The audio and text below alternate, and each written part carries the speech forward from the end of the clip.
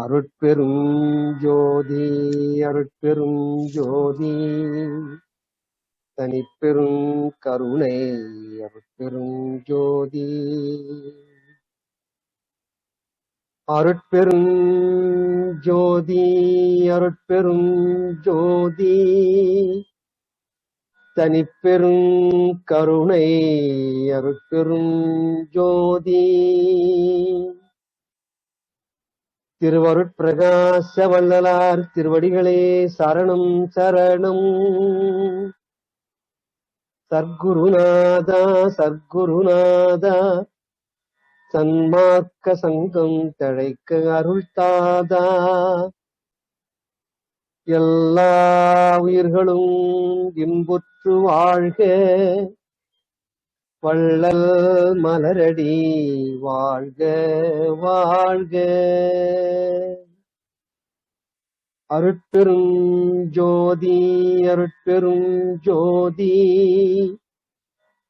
தனிப்பெரும் கருணை அருட்பெரும் ஜோதி. திருச்சிற்றம்பலம். ஆன்மீகம் மிக்க அன்பு பெரியோர்களே,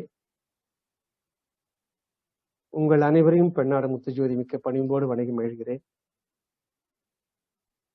அருட்பெருஞ்சோதி ஆண்டவர் மயமாக ஆகி நம்மையெல்லாம் வாழ்வித்துக் கொண்டிருக்கிற வள்ளற் பெருமான் பொன்னார் திருவிகளை வணங்கி நம்மவர்களாகி உங்கள் அனைவருடைய பொற்பாதங்களை பணிவோடு வணங்குகின்றேன். இறையருள் கூட்டுவித்ததால் 18வது வாரத்திலே நாம் எல்லோரும் சந்திக்கிற பேர் பெற்றிருக்கிறோம். மனித முயற்சியை தாண்டி இறைவனுடைய திருவருள் வாய்க்கவில்லை என்றால் எந்த செயலையும் நம்மால் செய்ய முடியாது.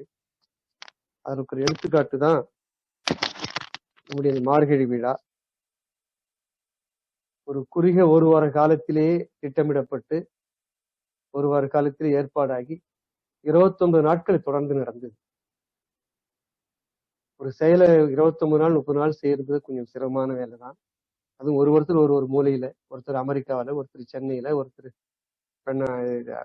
திண்டிவனம் பக்கத்து ஒரு கிராமத்துல, இப்படி பல ஊர்ல பல பேர், குழந்தைகள் எங்கெங்கயோ, மலேசியாவில இருந்து, அமெரிக்காவில இருந்து, ஆஸ்திரேலியாவில இருந்து எல்லாம் சேர்ந்து கூட்டுவித்து ஒரு கலவையாக கதம்பமாக வரணும்னு திருவள்ளுவர் வாய்த்தால் தான் நடக்கும். உள்ளபடியே வாய்த்தது. நாம் எல்லோருமாக அதை அந்த அருட்பா இசையை பருகக்கூடிய ஒரு வாய்ப்பை நாம் எல்லோரும் பெற்றிருக்கிறோம். அது போலதான் இந்த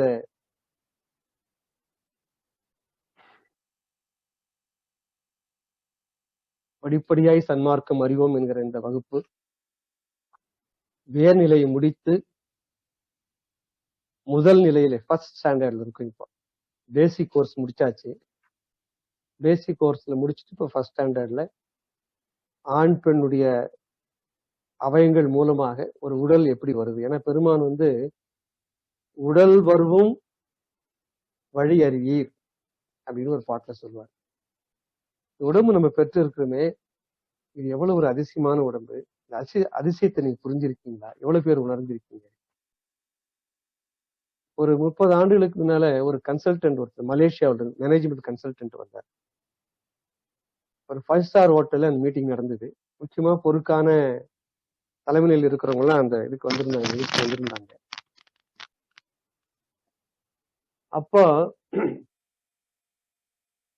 அவர் அவர் பேரே நம்புங்கள் நாராயணா, ஒரு பேர். அது அந்த நேரம் அவர் மலேசியாவில இருந்து வந்தார். இப்போ அவர் எங்க இருக்காரு ஆனா அப்பயே அவருக்கு 60 வயசுக்கு மேல இருக்கும். அவர் கேட்டார் ஒரு கேள்வி, இந்த மனித உடலுடைய அதிசயத்தை எத்தனை பேர் இங்க தெரிஞ்சிருக்கிறீங்கன்னு கேட்டார். யாருக்காவது விளக்க முடியும்? ஒருத்தரா சொல்லலாம் அப்படின்னா ஆளுக்கு மனசுல பட்டதான் சொன்னாங்க. அவர் சொன்னாரு, மனிதன் இன்னைக்கு அறிவியல் இவ்வளவு முன்னேறி இருக்கான். அவன் எவ்வளவு முன்னேறி இருக்கான் யாராவது சொல்ல முடியுமா? அறிவியல எத்தனை பங்கு அவன் பயன்படுத்திருப்பான்னு சொல்ல முடியுமா அப்படின்னு. ஒருத்தர் 60% சொன்னாரு, ஒருத்தர் 70% சொன்னாரு. அறிவியல் உச்சத்தில் இருக்கு. இன்னைக்கு ஒரு 500-600 ஆண்டுகளுக்கு ஒப்பிட்டு பார்க்கிற பொழுது இன்னைக்கு குறைஞ்சது 60-70 பங்கான நம்முடைய அறிவு நம்ம முழுசா பயன்படுத்திருக்கோம். ஒருத்தர் 80 பங்குன்னாரு, ஒருத்தர் 40 சொல்லிட்டு இருந்தாங்க. அவர் சொன்னாரு, ஐன்ஸ்டீன் ஒரு கருத்து சொன்னார், யாருக்காவது தெரியுமான்னு கேட்டார். உலகம் அறிந்த இன்று வரையில் அறிவியல் உலகம் வியக்கிற ஒரு பேரறிஞர், விஞ்ஞானி ஆல்பர்ட் ஐன்ஸ்டீன். அவர் ஒரு மீட்டிங்ல கடைசியா அவருக்கு ஒரு பெரிய பாராட்டு விழா வச்சாங்க. அவருக்கு என்ன ஒரு சிறப்புனா, பெரும்பாலும் இப்ப தாமஸ் ஆல்வா எடிசன் இருந்தாருன்னா அவர் இறந்ததுக்கு அப்புறம் தான் அவருக்கு பெரிய புகழ் உரையலாம். எல்லா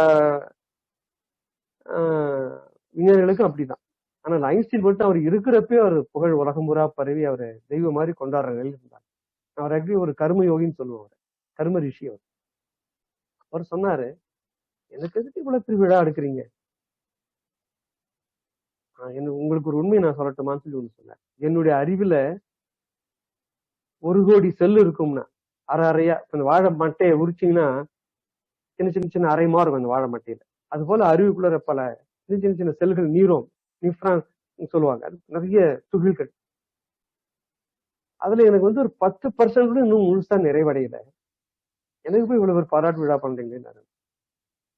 அவர் சொன்னது அவையடக்கும் யாராலும் எடுத்துக்க முடியல, ஏன்னா அவர் ஒரு அறிவியல் விஞ்ஞானி. அவர் சொல்றது சரியா இருக்கும். எல்லாருக்கும் என்ன வியப்புனா, அவ்வளவு பெரிய விஞ்ஞானி, உலகமே கொண்டாடுற விஞ்ஞானி, அவரே சொல்லாரு 10, 15, மேக்ஸிமம் 20% கூட என்னுடைய அறிவு டெவலப் ஆகல, நீ போய் எனக்கு பாராட்டு விழா பண்றீங்கன்னு வருத்தப்பட்டார். அதான் நான் இந்த ஐன்ஸ்டைன், அந்த நம்புகள் நாராயணா கேட்டார் எங்களை, இந்த மேனேஜ்மெண்ட் கான்செப்ட். நீங்களாம் நம்மளாம் எப்படி இருக்கிறோம்னா, மனிதர்கள் எப்படி இருக்கிறோம்னா, ஒரு குதிரை வண்டிக்காரன் ஒரு லாட்டரி டிக்கெட் வாங்கினானா, அப்பெல்லாம் ₹1 தான் ஒரு டிக்கெட். அதுல அந்த ₹1 கொடுத்து அந்த டிக்கெட் வாங்கின உடனே அது வந்து பணமா கொடுக்குறாங்க. பரிசு எப்படி கொடுத்தாங்கன்னா, ஒரு பெரிய கார். அப்ப வந்து ஒரு கெடிலக்னு ஒரு பெரிய கார் இருந்தது. அப்ப பிளைமோத் மாதிரி ஒரு பெரிய கார். அந்த கார் பரிசுன்னு சொன்னாங்க. இவன் என்ன பண்ணா, அதெல்லாம் வேணா, நமக்கு 10வது 100வது பரிசு விழுந்தா போதும், குதிரை மாத்தினா போதும், நமக்கு குதிரை கொஞ்சம் வயசாகி போச்சு நினைச்சு பரிசு ₹1 கொடுத்து வாங்கினான். அவனுக்கு விழுந்து போச்சுங்க அந்த பல லட்சம் பெருமானம் உள்ள அந்த பெரிய கார். அதை விட வீட்டுக்காரர் நிறுத்திட்டாங்க, அவனுக்கு என்ன பண்றதுன்னு தெரியல. மறுநாள் அவன் பவனி வரான், ஒரு நாள் வேடிக்கை பார்த்து, இந்த குதிரைக்காரனுக்கு ஃபர்ஸ்ட் பிரைஸ் விழுந்து போச்சான், பெரிய காரு. அவன் என்ன செய்தான் தெரியுங்களா, அந்த குதிரை வண்டியை தூரம் தள்ளிட்டான். கார்ல ஏறி போக வேண்டியதானே. அவன் என்ன செய்தான்னா, அந்த 2 குதிரைய அந்த காருக்கு முன்னாடி கட்டி, காரு பேனட் மேல உட்காந்துக்கிட்டு ஹேன்னு ஓட்டிட்டு வரான் பாருங்க. அது மாதிரி பல மடங்கு குதிரை சக்தி வாய்ந்த என்ஜின் அந்த காருக்குள்ள இருக்கு. அதனாலதான் அதுக்கு அன்னைக்கு இருக்கிறதுலயே அதுதான் காஸ்ட்லியஸ்ட் கார். அதான் அன்னைக்கு அந்த கார் மேல என்ன பண்றான், பேனட்ல உட்காந்துட்டு அந்த 2 குதிரையை அந்த கார்ல கட்டி ஓட்டிட்டு போறான். ஏன்னா அவனுக்கு அந்த காரோட வேல்யூ தெரியல. அது அந்த நம்புகள் நாராயணா சொன்னாரு. அது போல நம்முடைய அறிவாற்றல் எவ்வளவுங்கிற யாருமே நம்ம புரிஞ்சுக்கல. நம்ம 60%, 70% ஃபில்லப் பண்ண மாதிரி நினைக்கிறோம். ஐன்ஸ்டீனுக்கே 20%, நமக்குலாம் 2% கூட இன்னும் ஃபில்லப் ஆகல. அவ்வளவு இன்னும் பயன்படுத்தாத அறிவு நிறைய நம்ம கிட்ட இருக்கு. இப்ப இறைவன் வந்து அந்த அளவுக்கு நமக்கு அறிவை கொடுத்துருக்கான். அதான் பெருமான் சொல்றாரு, இந்த உடலை பத்தி புரிஞ்சு, உடல் வரும் வழி அறியீர், அதை நீங்க புரிஞ்சுக்கிட்டீங்களான்னு கேட்கிறார். அதுதான் பெருமான் வந்து கருணையினால இந்த பெருவிண்ணப்பத்துல ஒரு ஆண் பெண் விந்து சுரோனியத்திலிருந்து எப்படி அந்த ஒரு கரு உற்பத்தி ஆகி ஒரு மனித தேகம் இந்த பூமிக்கு வருகிறது அப்படிங்கறத அப்படி வளர்க்கிறாரு. ஏன்னா தெரிஞ்சுக்கணும், நம்ம எவ்வளவு முன்னேற்பாடுகள் இறைவன் செய்யறாங்கிறதா நம்ம இந்த கரு உற்பத்தியில பார்த்துட்டு போன வாரம் வந்து நம்ம கரு உற்பத்தி இறைவனுடைய கருணைன்னு பார்த்தோம். இந்த வாரம் பார்க்க போற தலைப்பு கரு உற்பத்தி, பெண்ணினுடைய புனிதம். பெண்ணினுடைய புனிதத்தை நம்ம எல்லாரும் கண்டிப்பா புரிஞ்சுக்கணும். கரு உற்பத்தி, பெண்ணின் புனிதம். ஏன்னா பெருமான் வந்து அத பெண்ணுக்கு சமமான உரிமை கொடுக்கணும்னு சொல்லி போராடுறோம். அதுவரையில் பெண்களுக்கு ஞானம் சொல்லி கொடுத்தால் அது குறைவானது என்று சொல்லி ஞானத்திற்கு குறைவுன்னு நினைச்சாங்க. பெண் வந்து அதற்கு லாகில்லாதவள் அப்படின்னு நினைச்சிருந்தாங்க. பெருமான் தான் பெண்ணுக்கு ஞானத்தை சொல்லிக் கொடுக்க சொன்னார். பெண்களுக்கு ஞானத்தை கொடுத்தால் அவள் துரியாசிரம காலத்திலே துணையா இருப்பார்கள். பாருங்க, இந்த வார்த்தையை வந்து 200 வருஷத்துக்கு முன்னே பெண்ணடிமை மிகுந்திருந்த காலத்துல சொன்னார் பெருமான். ஞானத்தை சொல்லிக் கொடுங்க, துரியமே பெரிய நிலை, இந்த துரியாசிரம நிலையில அவர்கள் துணையா இருப்பாங்கன்னா அப்ப அவங்க ஞானம் எந்த அளவுக்கு இருக்கணும்னு பாருங்க. அந்த அளவுக்கு ஞானம் பெறக்கூடிய உறுதித்தன்மை உள்ளவர் ஒரு பெண். அதனாலதாங்க நம்முடைய இந்த இந்து மதம்னு இந்தியாவில் சொல்றோமே, அந்த இந்து மதமாகட்டும் அல்லது பௌத்த மதமாகட்டும், எல்லா மதத்திலையும் பெண்களுக்கு ஒரு தனி நிலை கொடுத்திருக்காங்க. தமிழர்கள் குறிப்பாக பெண்களுக்கு தனி இடம் கொடுத்த ஒரு மண்ணு தமிழ் மண். ஏற்கனவே சொல்லியிருக்கேன். 60-65க்கு மேற்பட்ட பெண் பார்ப்பவர்கள் பாடியிருக்காங்க இலக்கியம். ஆன்மீகம் எடுத்துட்டீங்கன்னா அதே போலதான். அவை நேரா கைலாயத்துக்கு போனவ, காரைக்கால் அம்மையார், சொல்லிக்கிட்டே போலாம். எவ்வளவோ பெண்கள் இருக்காங்க. வடநாடு எடுத்துட்டீங்கன்னா மீராபாய், பக்தியாலேயே தான் நினைத்த இறைவன் அடைந்தவர். இப்படி அவர்களுக்கு தவ வலிமை அதிகம். நான் இன்னைக்கு ஒரு ஒரு பெண் ஆராய்ச்சியாளர் உங்களுக்கு நான் அறிமுகப்படுத்த போறேன்.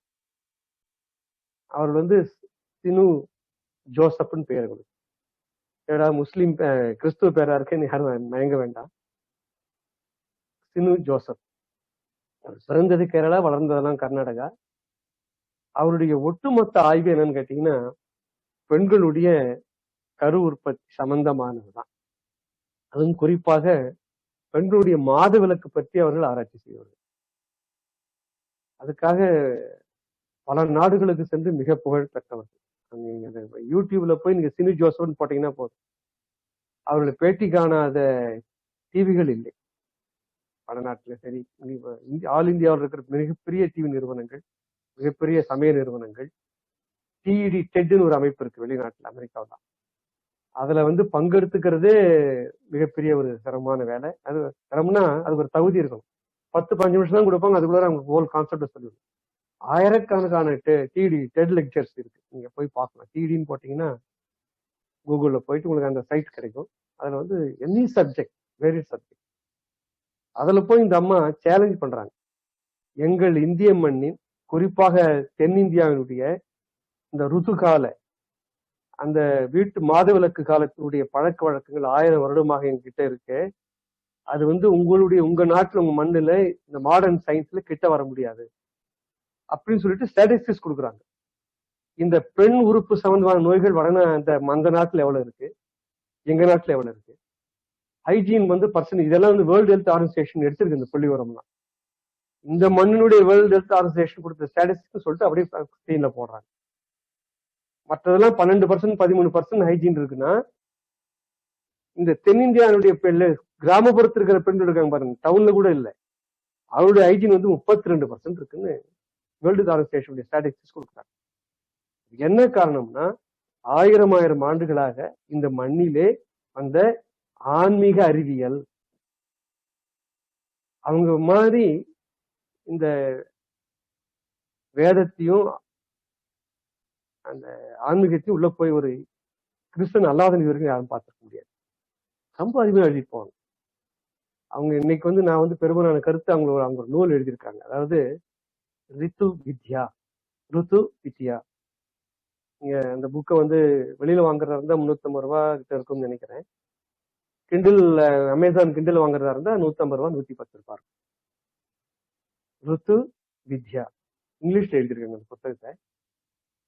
அருமையான ஆங்கிலம். அவங்க பேசுறது, அவங்களோட பேட்டிலாம் கேட்டீங்கன்னா அசந்துருவாங்க. வேர்ல்டு அந்த யாராரு கைனகாலஜிஸ்ட் அசோசியேஷன்லாம் அவங்களை கூட்டு விழுந்து போறாங்க. அவங்கள ஒரு எம்பிபிஎஸ் டாக்டர்னு நினைச்சிட்டு இருந்தேன். ஏன்னா அப்படி மெடிக்கல் சயின்ஸ் பொழக்கிறாங்க இந்த அம்மா. அவங்க கைனகாலஜிஸ்ட் ஒரு 10 பேர் 20 பேர் இருக்கிற அரங்குல அவங்களோட சேர்ந்து டிஸ்கஸ் பண்ணி அவங்க வேக்குறாங்க கைனகாலஜிஸ்ட் இந்த அம்மாவோட அறிவை. சின்ன வயசு தான், 35 வயசு தான் இருக்கும் அந்த லேடிக்கு. ஆன்மீகத்தில் அவ்வளவு ஆழம் போயிருக்காங்க. வேதங்கள், ஆகமங்கள் குறிப்பாக. ஏன்னா ஒரு யுகத்துக்கும், சத்தியுகம்னா அப்ப எது இருந்ததுன்னு கேட்டீங்கன்னா ஸ்ருதி இருந்தது. ஸ்ருதினா காதால் கேட்டது. அடுத்த யுகத்துக்கு ஸ்மிருதின்னு பேர்.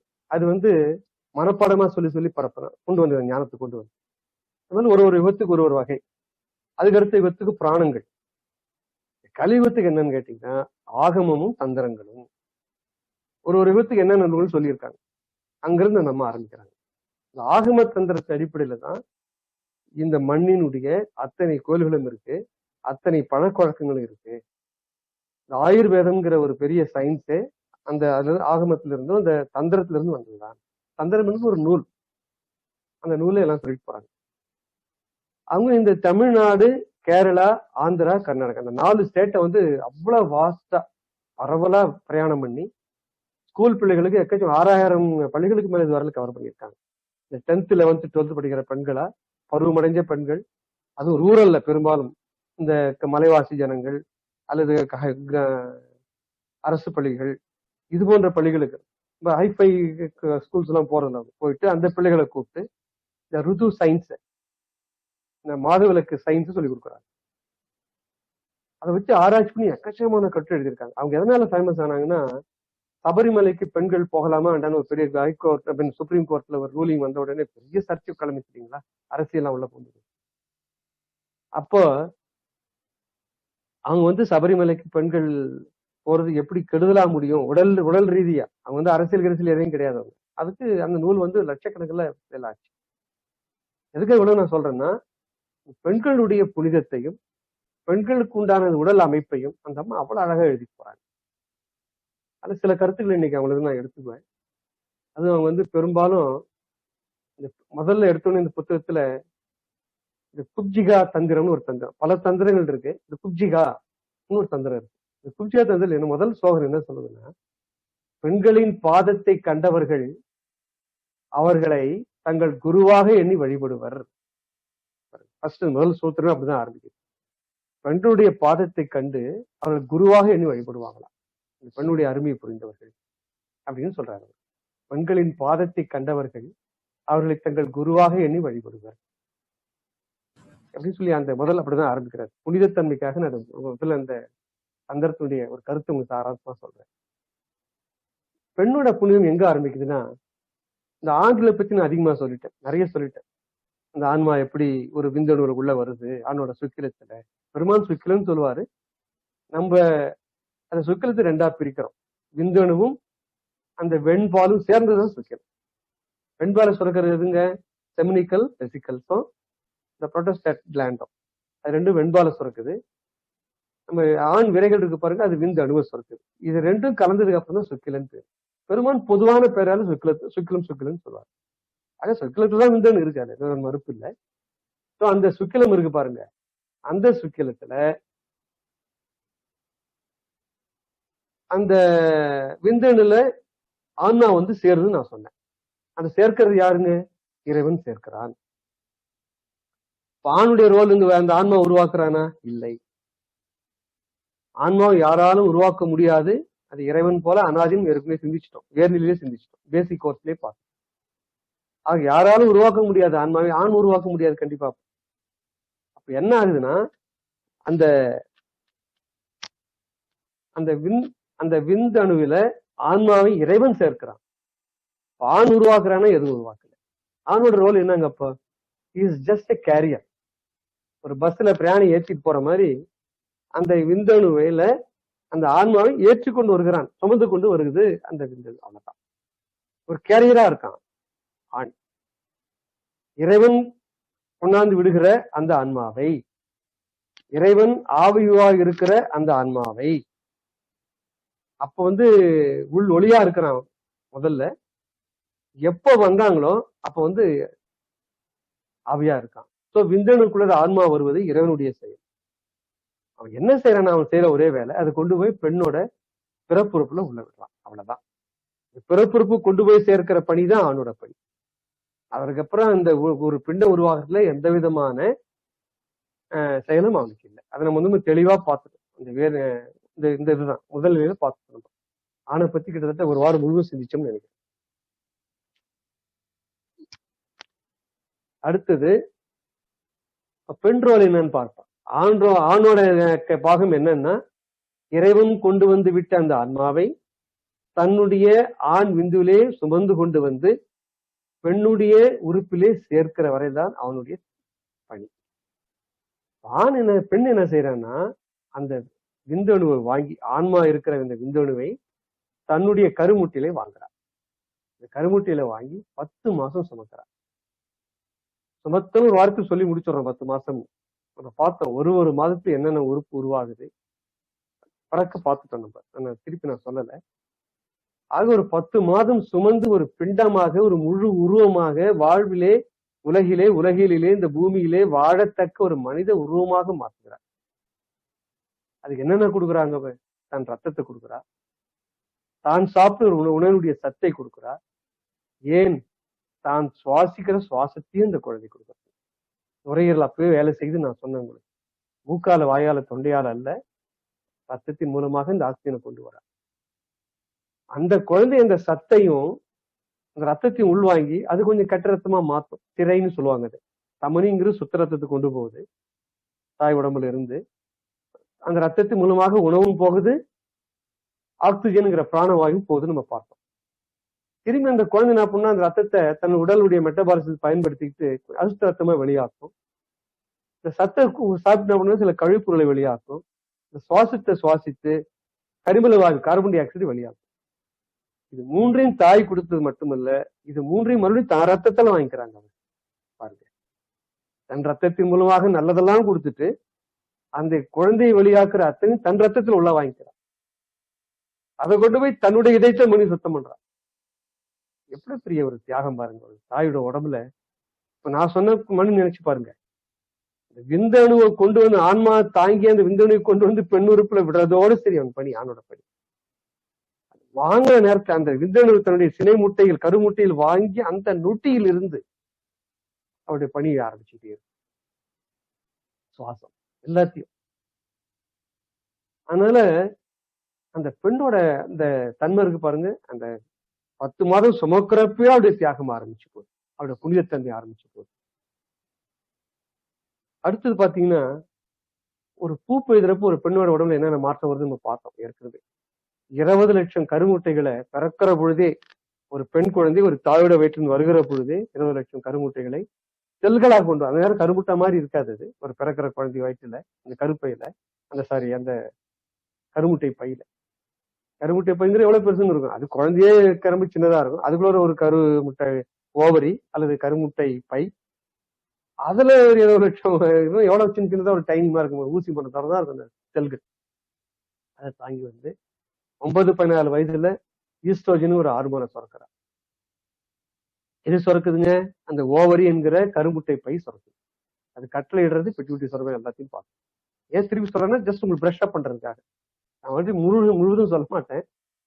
பிட்யூட்டரி சுரப்பினுடைய கமாண்டினால, கட்டளையினால 9, 10, 14, 12 வயசு ஆகிறப்போ அந்த கருமுட்டை பைக்கு ஒரு ஹார்மோனை சுரக்க கட்டளை வருது பிட்யூட்டரி சுரப்பில் இருந்து. அதுதான் அந்த ஈஸ்ட்ரோஜன்.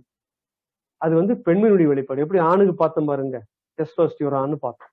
அது ஆண்மையை வெளிப்படுத்தக்கூடிய ஹார்மோன். இந்த ஹார்மோனுங்கிறது ஒரு உயிர் திரவம். இது வந்து ஈஸ்ட்ரோஜன் பேர். இது வந்த உடனே பெண்மை வெளிப்பாடு தான் வருது.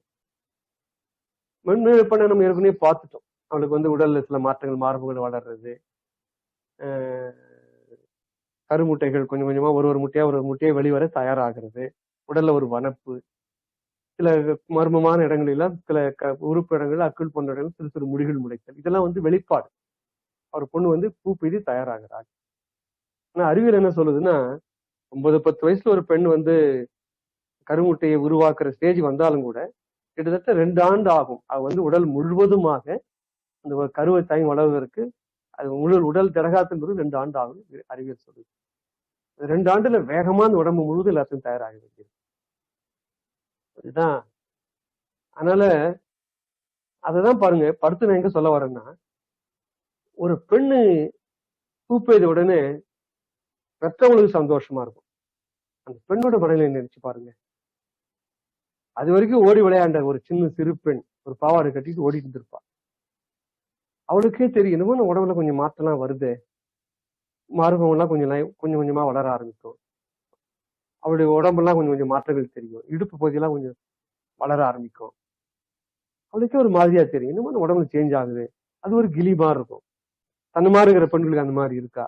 ஆங்ஸைட்டின்னு சொல்லுவாங்க இங்கிலீஷ்ல. ஒரு தாங்க முடியாத ஒரு ஆர்வம், பயம் கலந்த ஒரு பார்வை, பயம் கலந்த ஒரு சிந்தனை, இதெல்லாம் வந்து சைக்காலஜிஸ்ட் ரொம்ப அனலைஸ் பண்றாங்க. ஏன்னா என்னுடைய மகள் ஒரு சைக்காலஜி டாக்டரேட்டுங்கனால இதெல்லாம் அடிக்கடி டிஸ்கஸ் பண்ணுவேன். ஒரு ஒரு ஒரு வகையான கிளி அந்த குழந்தைக்கு உருவாகும்.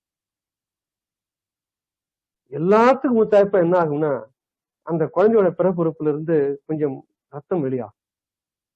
பூ பெய்துட்டான்னு காட்டுறது. ஏற்கனவே கிளியில உடம்புலாம் ஏதோ ஒரு மாற்றம் நிகழ்தேங்கிற ஒரு அச்ச உணர்வுல இருந்த ஒரு குழந்தைக்கு சத்தம் வந்தோடனே எப்படி இருக்குங்க?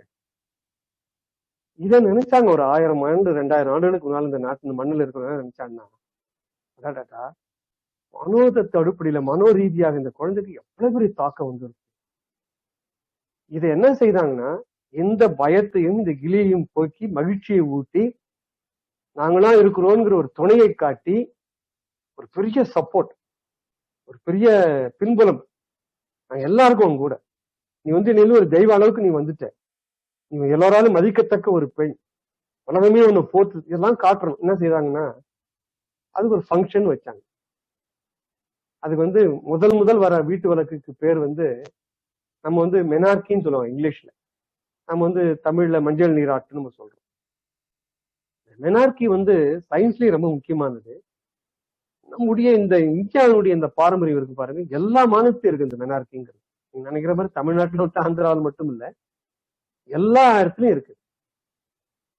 ஒரு வகையா இருக்கும். நம்ம தமிழ்நாட்டில் இருக்க மாதிரி எல்லாருக்கும் இருக்காது. ஆந்திரா கர்நாடகால கொஞ்சம் கொஞ்சம் மாதிரியா இருக்கும், பெரும்பாலும் ஒன்னாதான் இருக்கும். ஆனாலும் இதை ஏன் வைக்க வேண்டும்ங்கிற காரணத்தை அதிகமா டிஸ்கஸ் பண்றோம். ஏன்னா இந்த பெண்ணுக்கு இதெல்லாம் மிக மிக வரவேற்கத்தக்க ஒரு செயல் அப்படின்னு சொல்லி அவளுக்கு ஒரு பெரிய எஜுகேஷன் கொடுக்குறாங்க. அதனாலதான் அந்த வந்து மன்னார்கி வந்து மஞ்சள் நீராட்டு விழாங்கிறத, மெனார்கிங்கிற அந்த ஃபங்க்ஷனு மஞ்சள் நீராட்டு விழாங்கிற பேரால எல்லா மாநிலங்களும் இதை கொண்டாடுறாங்க. அதனால அவளை பாராட்டி சீராட்டி மகிழ்வித்து மன அந்த அழுத்தம் இருக்கு பாருங்க, அதை போக்குறதுக்காக இந்த மஞ்சள் நீராட்டு விழா. இது வந்து இப்ப என்ன பண்ணுவாங்கன்னா, அந்த பெண்ணுக்கு வந்து நீ மிக மிக முக்கியமானவள், நீ நம்ம குடும்பத்தில் இதுவரையில் ஓடி விளையாட பெண் பிள்ளை இல்லை, உன் உடம்பிலே ஒரு தாய்மைக்குண்டான மாற்றங்கள் வந்திருக்கு, இது உலகமே போற்றக்கூடிய மாற்றம், இவங்களுக்கெல்லாம் அளவு கடந்த மகிழ்ச்சி இப்படி ஆனது சொல்லி அவருக்கு சப்போர்ட்டா சைக்கலாஜிக்கலா ஒரு சப்போர்ட் கொடுக்குறாங்க. அதுதான் ரொம்ப முக்கியம் இந்த இடத்துல. அது வந்து இந்த மன அழுத்தத்தை போக்குறது தான் இந்த மென்டல் ஸ்ட்ரெஸ்.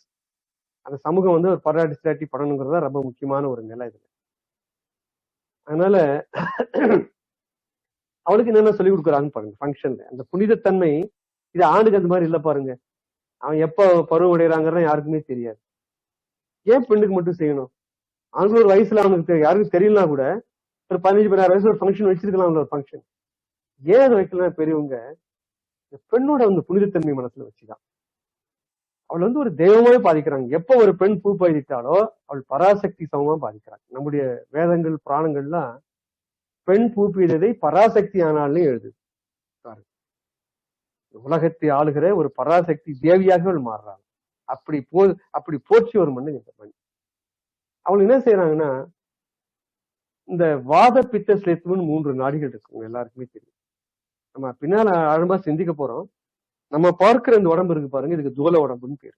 ஸ்தூல உடம்பு சமஸ்கிருத சொல்லுவாங்க, தமிழ்ல தூல உடம்புன்னு சொல்லுவோம்.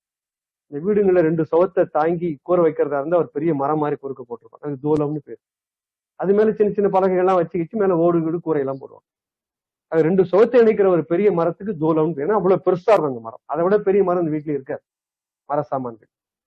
எது பெரியதோ தூலம்னு பேரு.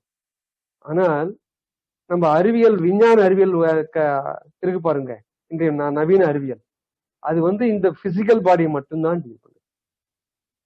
ஆனால் 1000 ஆண்டுகளாக நம்ம பெரியவர்கள் இதை காட்டில ஒரு உயரிய தேகம் ஒண்ணு இருக்கு, அதுக்கு சூக்கும தேகம் பேருன்னு பேர் வச்சாங்க. அந்த சூக்கும தேகம் தான் இந்த தூல தேகத்தையே கட்டுப்படுத்துங்கிறது கண்டுபிடிச்சாங்க. இந்த தூல தேகம் இயங்குவதற்கு சூக்கும தேகம் தான் காரணம். சூக்குமம்னா சப்டியூல் பாடின்னு இங்கிலீஷ்ல சொல்லுவாங்க. பிசிக்கல் மெட்டாபிசிக்கல் பாடிக்கு தான் தூல தேகம் சொல்லுவாங்க. ஆக இந்த சப்டியூல் பாடி என்கிற அந்த சூக்கும தேகத்தை தான் நம்முடைய ஆழ்வார்கள், நாயன்மார்கள், நம்முடைய சித்தர்கள், வேதம் புராணம் அத்தனையும் நம்முடைய திருமந்திரம் போற்றுவதெல்லாம் இந்த சூக்கும பாடியை தான். அந்த சூக்கும பாடியில தான் 72,000 நாடிகள்.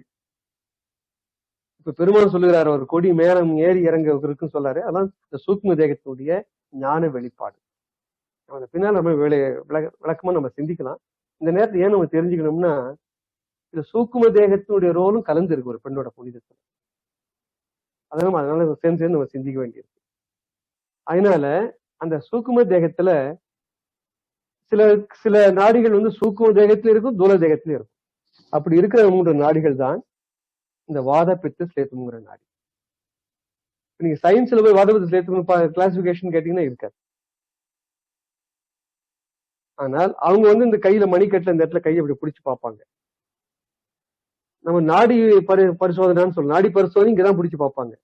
ஆனால் இந்த 3 விரலால, இது வாதம் பித்தம் ஸ்லேத்துமும், இது 3 வச்சு அழுத்தி பிடிக்கிறப்ப இதுல பேசினா வாதம், இதுல பேசினா பித்தம், இதுல பேசினா ஸ்லேத்துமும், அந்த முடிச்சு அழுத்தி பிடிச்சு பார்ப்பாங்க. வாதம் கூட இருக்கா, பித்தம் கூட இருக்கா, ஸ்லேத்தும் கூட இருக்கா. ஏன்னா காலையில வந்து பித்தம் பேசணும், மாலையில வாதம் பேசணும், இரவுல ஸ்லேத்தும் பேசணும். ஒரு வேலைக்கு என்ன நாடி பேசணும் கணக்கு இருக்கு. இது மாறி பேசுதான்னு பார்ப்பாங்க நம்முடைய சித்த வைத்தியர்கள். பேசுனா ஏதோ நோய் இருக்குன்னு அர்த்தம். உடம்புல எவ்வளவு பேசும் அதுக்கு தகுந்த மாதிரி நோயோட அளவு கண்டுபிடிப்பாங்க. ஆனால் ஆங்கில மருத்துவர்கள் பிடிச்சு பார்ப்பாங்க.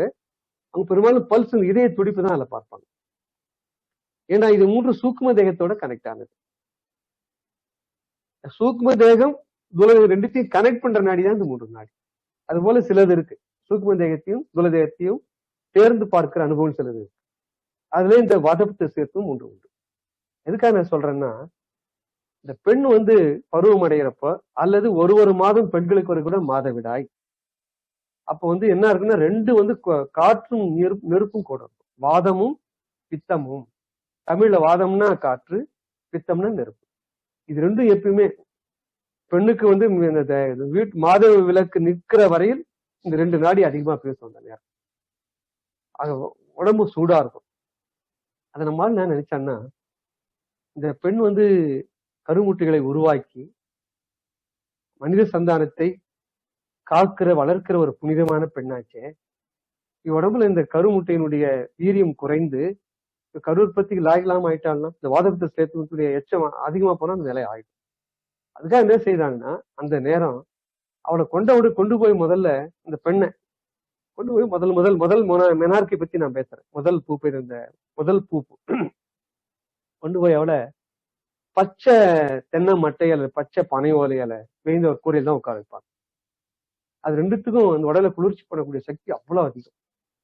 அது மட்டும் இல்ல, மா இலை, வேப்ப இலை, இது 2ஐயும் சுத்தி நிறைய உள்ள வைப்பாங்க. மா இலை வந்துங்க ஒரு மிகப்பெரிய கிருமி நாசினி கண்டுபிடிச்சு. நான் சொல்றதெல்லாம் வந்து அறிவியலால் பரிசோதிக்கப்பட்டு நிரூபிக்கப்பட்ட உண்மைகள். வேப்ப மரத்துல எவ்வளவு அந்த நோய் எதிர்ப்பு சக்தி, ஜெர்மிசைடு எவ்வளவு இருக்கு, டிஸ்இன்ஃபெக்ஷன்ஸ் எவ்வளவு இருக்கு, அதுல டிஸ்இன்ஃபெக்டன்ட் எவ்வளவு இருக்கு, எவ்வளவு பர்சன்ட், எல்லாத்தையும் அனலைஸ் பண்ணிட்டாங்க மாடர்ன் சயின்ஸ். அதை பேட்டர்ன் கூட பண்ணிட்டாங்க. அதான் அது கொடுமை வேப்ப மரத்துல சென்றதான். அவன் ஏதோ கண்டுபிடிச்சவங்க 1000-2000 வருஷம் நம்ம வேப்ப மரத்துல நம்ம மாரியாத்தால வச்சுக்கிட்டு வேப்பந்தடி வச்சு நம்ம ஆண்டுகிட்டு இருக்கோம். 2ஐயும் போட்டு வைப்பாங்க. ஏன்னு கேட்டீங்கன்னா, அந்த பெண்ணுக்கு எந்த காரணம் கொண்டும் அந்த நேரம் இன்ஃபெக்ஷன் வரக்கூடாது. பாருங்க எவ்வளவு இதெல்லாம் அறிவியல் பின்னால் அவங்க சிந்திச்சிருக்காங்க பாருங்க. வாதப்பித்த கண்ட்ரோல் பண்ணணும், இன்ஃபெக்ஷன் எந்த இதா இருக்கு, நோய் தொற்று வரக்கூடாது. நோய் தொற்று வராமல் இருப்பதற்காக மாயிலையும் வேப்பிலையும் போட்டு ஒரு கிருமி நாசினி மாதிரி போட்டு வச்சாங்க. அதை விட இன்னொரு கிருமி நாசினி அதிகமா பயன்படுத்துவாங்க. அதுதான் இந்த மஞ்சள். அந்த விழாவுக்கு பேரே மஞ்சள் நீராட்டு விழா தான் பாருங்க. ஏன்னா அந்த மஞ்சள் வந்து குக்கும்பின்னு அது உள்ள ஒரு காம்பவுண்ட் இருக்கு. அது மாடர்ன் சயின்ஸ் 1.5 பக்கம் எழுதிட்டு போகுதுங்க. என்னன்னு அனலைஸ் பண்ணிருக்காங்க. The most advanced germicide disinfectant மஞ்சள்னு எழுதுறாங்க மாடர்ன் சயின்ஸ்ல. நம்ம ஆளுங்க 1000 வருஷமா மஞ்சளை கரைச்சு இந்த பொண்ணு மேல ஊத்திட்டு இருக்கான். ஒரு அம்மன் விழா வந்தா கூட எல்லாரும் கலந்து போறப்ப அந்த கூட்டம் கூடுறப்ப அந்த இன்ஃபெக்ஷன் ஆகிடாம மஞ்சள் நீர் தெளிக்கிறது, மஞ்சளால் விளையாடுறது, மஞ்சள் அடிச்சு விளையாடுறது தான் பாருங்க பெரிய சயின்ஸ் தான். அந்த பெண்ணுக்கு வந்து குடிக்கவும் கொடுப்பாங்க கொஞ்சம் கொஞ்சமா. அதுவும் எந்த நீர் கொடுப்பாங்க தெரியுங்களா? தமிழ்நாடு அந்த பழக்கம் இல்லை, கர்நாடகா ஆந்திரால அந்த பழக்கம். அந்த அம்மா போய் ஒரு மாநிலத்திலயும் அந்த ஒரு மக்களோட பேட்டி எடுத்து அவங்க பெரிய டீம் இருக்காங்க. நான் 20-30 பேர் பெரிய டீம் வச்சிருக்காங்க. அவங்க பெரிய கேஸ் ஸ்டடிஸே, பெரிய புக்ஸ் எல்லாம் வந்திருக்கு.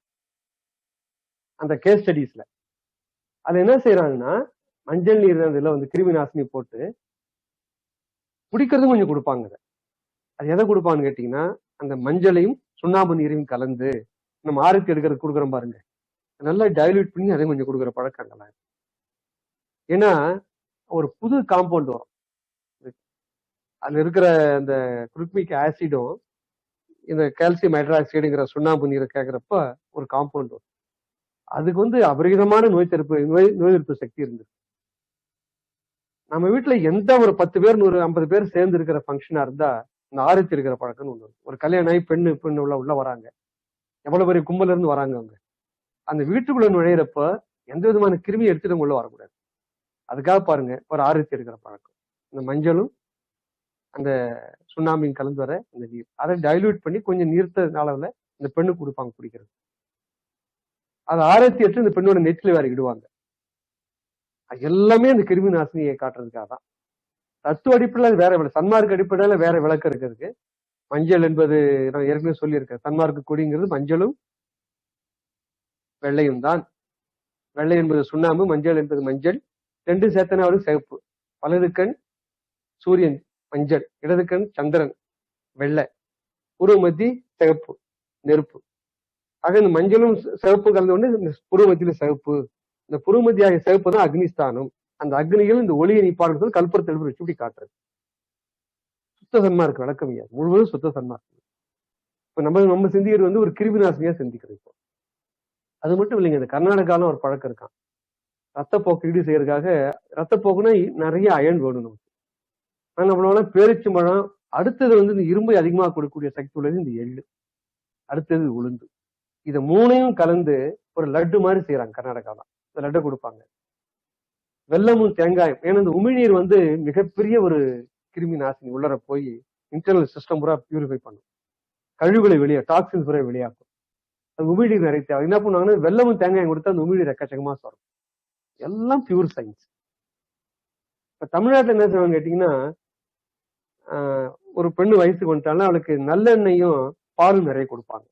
பாருங்க, எள்ளு ஏதாவது ரூபத்துல எள்ளு உள்ள போகும். ஏன்னா ஆன்டி ஆக்சிடென்ட் சொல்லுவாங்க. அதை நம்ம பின்னால சிந்திக்க போறதுல ஆன்டி ஆக்சிடென்ட்னு ஒரு பெரிய காம்பவுண்ட் இருக்காது. அதுதான் உடலுக்கு ஊறு செய்கிற இந்த ஆக்சிடேஷன் பூரா வெளியாகக்கூடிய சக்தி உண்டு. அதனாலதான் அந்த ஆன்டி ஆக்சிடென்ட் இருக்கிறதா அந்த நல்லெண்ணெய். அதை நம்முடைய தமிழ்நாட்டில் கொடுக்குற அந்த பழக்கம் இருக்கு.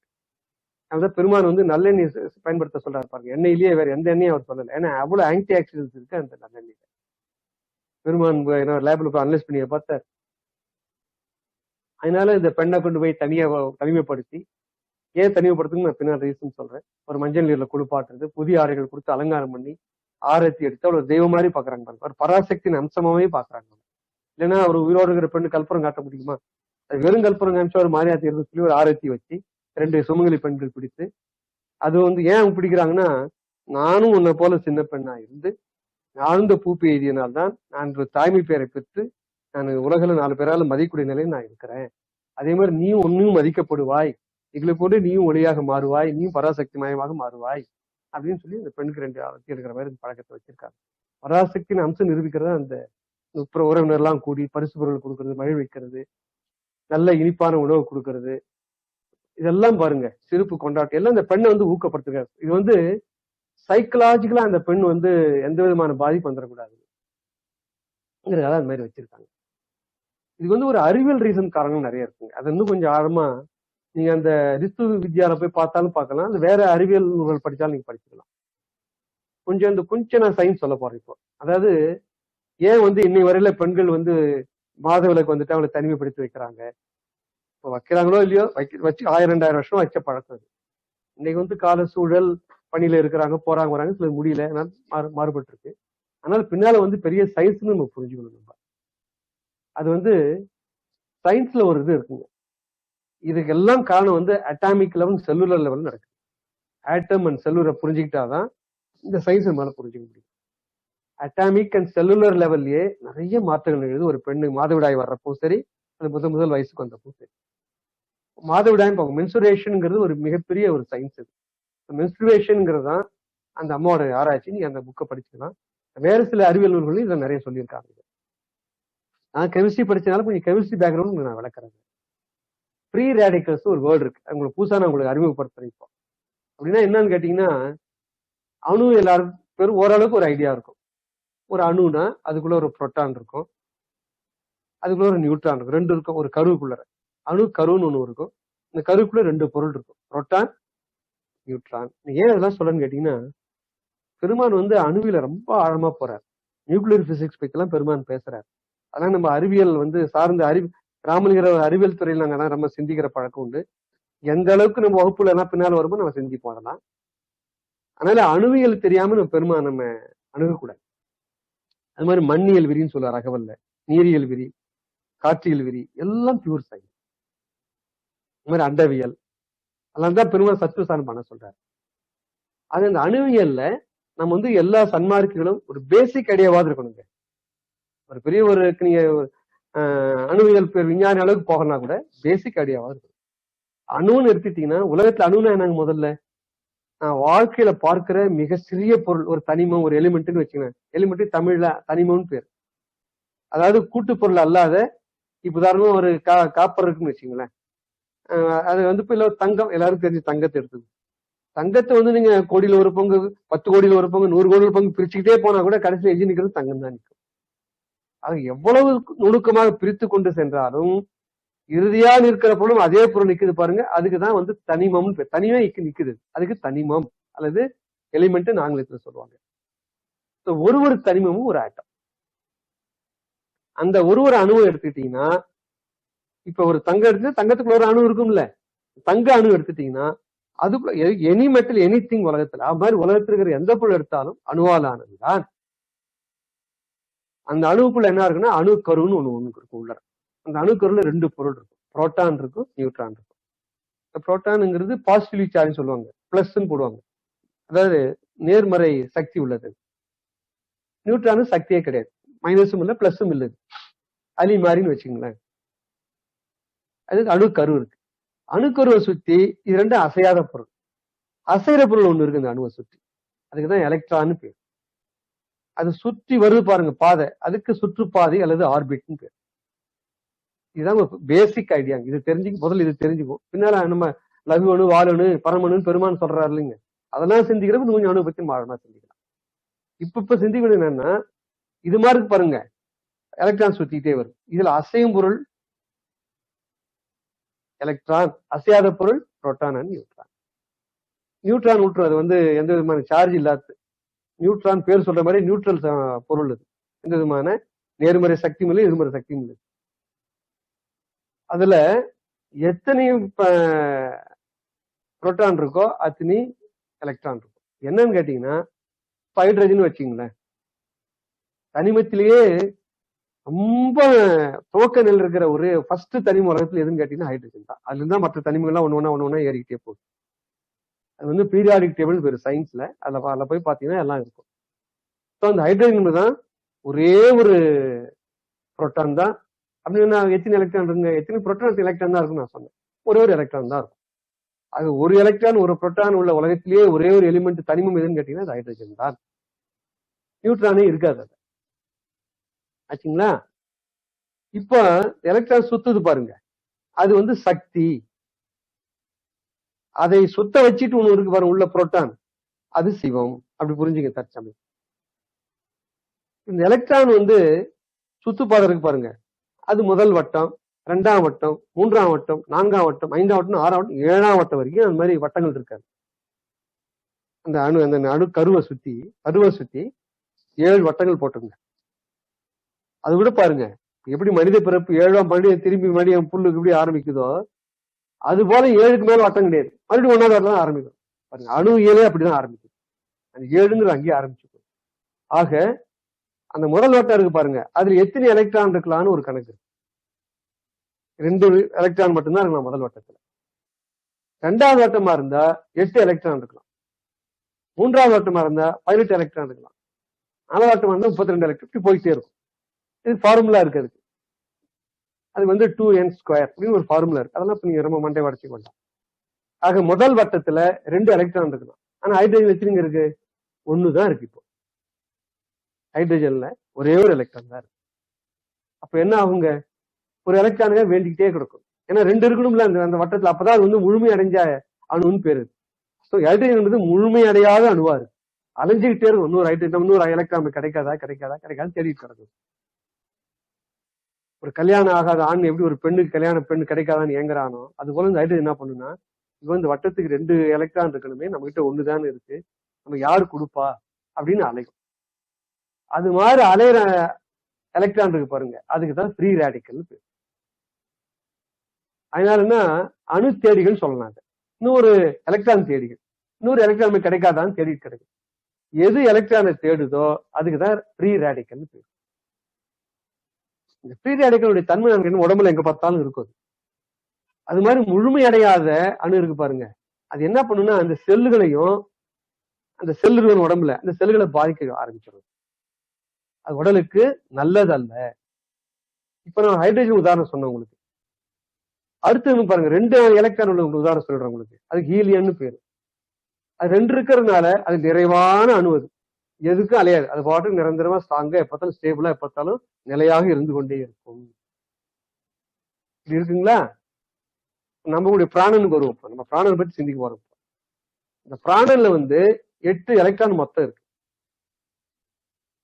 அப்ப முதல் வட்டத்தை எத்தனை இருக்கலாங்க? 2 இருக்கும். அது நிறைவாயிடும். மீதி இருக்கிற எலக்ட்ரான் 6 எலக்ட்ரான் எங்க போகும்? அடுத்த வட்டத்துக்கு போகும். ஆனா அடுத்த வட்டத்துல எத்தனை எலக்ட்ரான் இருக்கலாங்க? 8 இருக்கலாம். 8 இருக்கணும். ஆனா இதுல 6 தான் இருக்கு. ஏன்னா முதல் வட்டத்துல 2 போயிடுச்சு. 8ல 2 முதல் வட்டத்துக்கு போயிடுச்சு. மீதி இருக்கிற 6 2வது வட்டத்துக்கு வந்திருக்கு. ஆனா 2வது வட்டத்துல 8 எலக்ட்ரான் இருக்கணும். 2 குறையுது. இப்ப இதுவும் தேடிக்கிட்டே இருக்கும் எலக்ட்ரான். சோ இதுவும் எலக்ட்ரான் தேடி ஆகி போச்சு. இப்போ அப்ப என்ன ஆகுங்க? இது ஃப்ரீ ரேடிக்கலா மாறி போச்சு.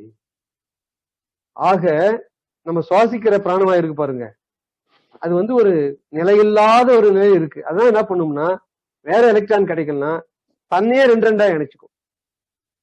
எப்படி ஹைட்ரஜன் 2 அடிச்சு H2 தான் இப்பதான் ஸ்டேபிளா இப்ப 2 ஹைட்ரஜன் சேர்ந்து தான் இப்பவே இருக்கும். அதுக்கு மாலிகூல்னு பேரு.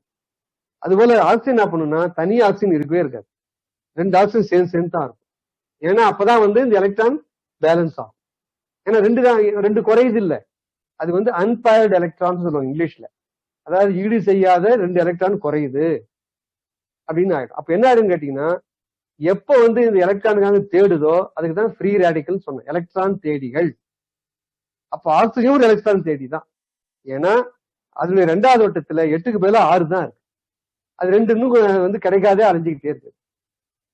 அது மாதிரி இருக்கிற அந்த ஆக்சிஜன் இருக்கு பாருங்க, அது செல்களை பாதிக்கும். அதுக்குதான் இந்த ஃப்ரீ ரேடிக்கல் நான் சொன்னேன் உங்களுக்கு. எது எலக்ட்ரானுக்கு அலையுதோ அதோட சார்ஜ் பிளஸ்ஸா மாறிடும். பாசிட்டிவா நேர்மறை ஆயிடும். மைனஸ் கிடைக்கணும். இந்த 2 கிடைச்சாதான் 2 ஒண்ணு சேர்ந்து பேலன்ஸ் சமனாக முடியும். இது கொஞ்சம் பேசிக்கா இதை கொஞ்சம் புரிஞ்சுங்க. நான் சொல்றது கொஞ்சம் அதிகமான சயின்ஸாவோட தெரியலாம். ஆனால் இந்த வீட்டு விளக்கு கூட தொடர்புடைய ஒரு சயின்ஸ். என்னன்னா, இந்த மாதிரி 2 அலைஞ்சிட்டே இருக்கு பாருங்க இந்த எலக்ட்ரானுக்காக இந்த ஆக்சிஜன்.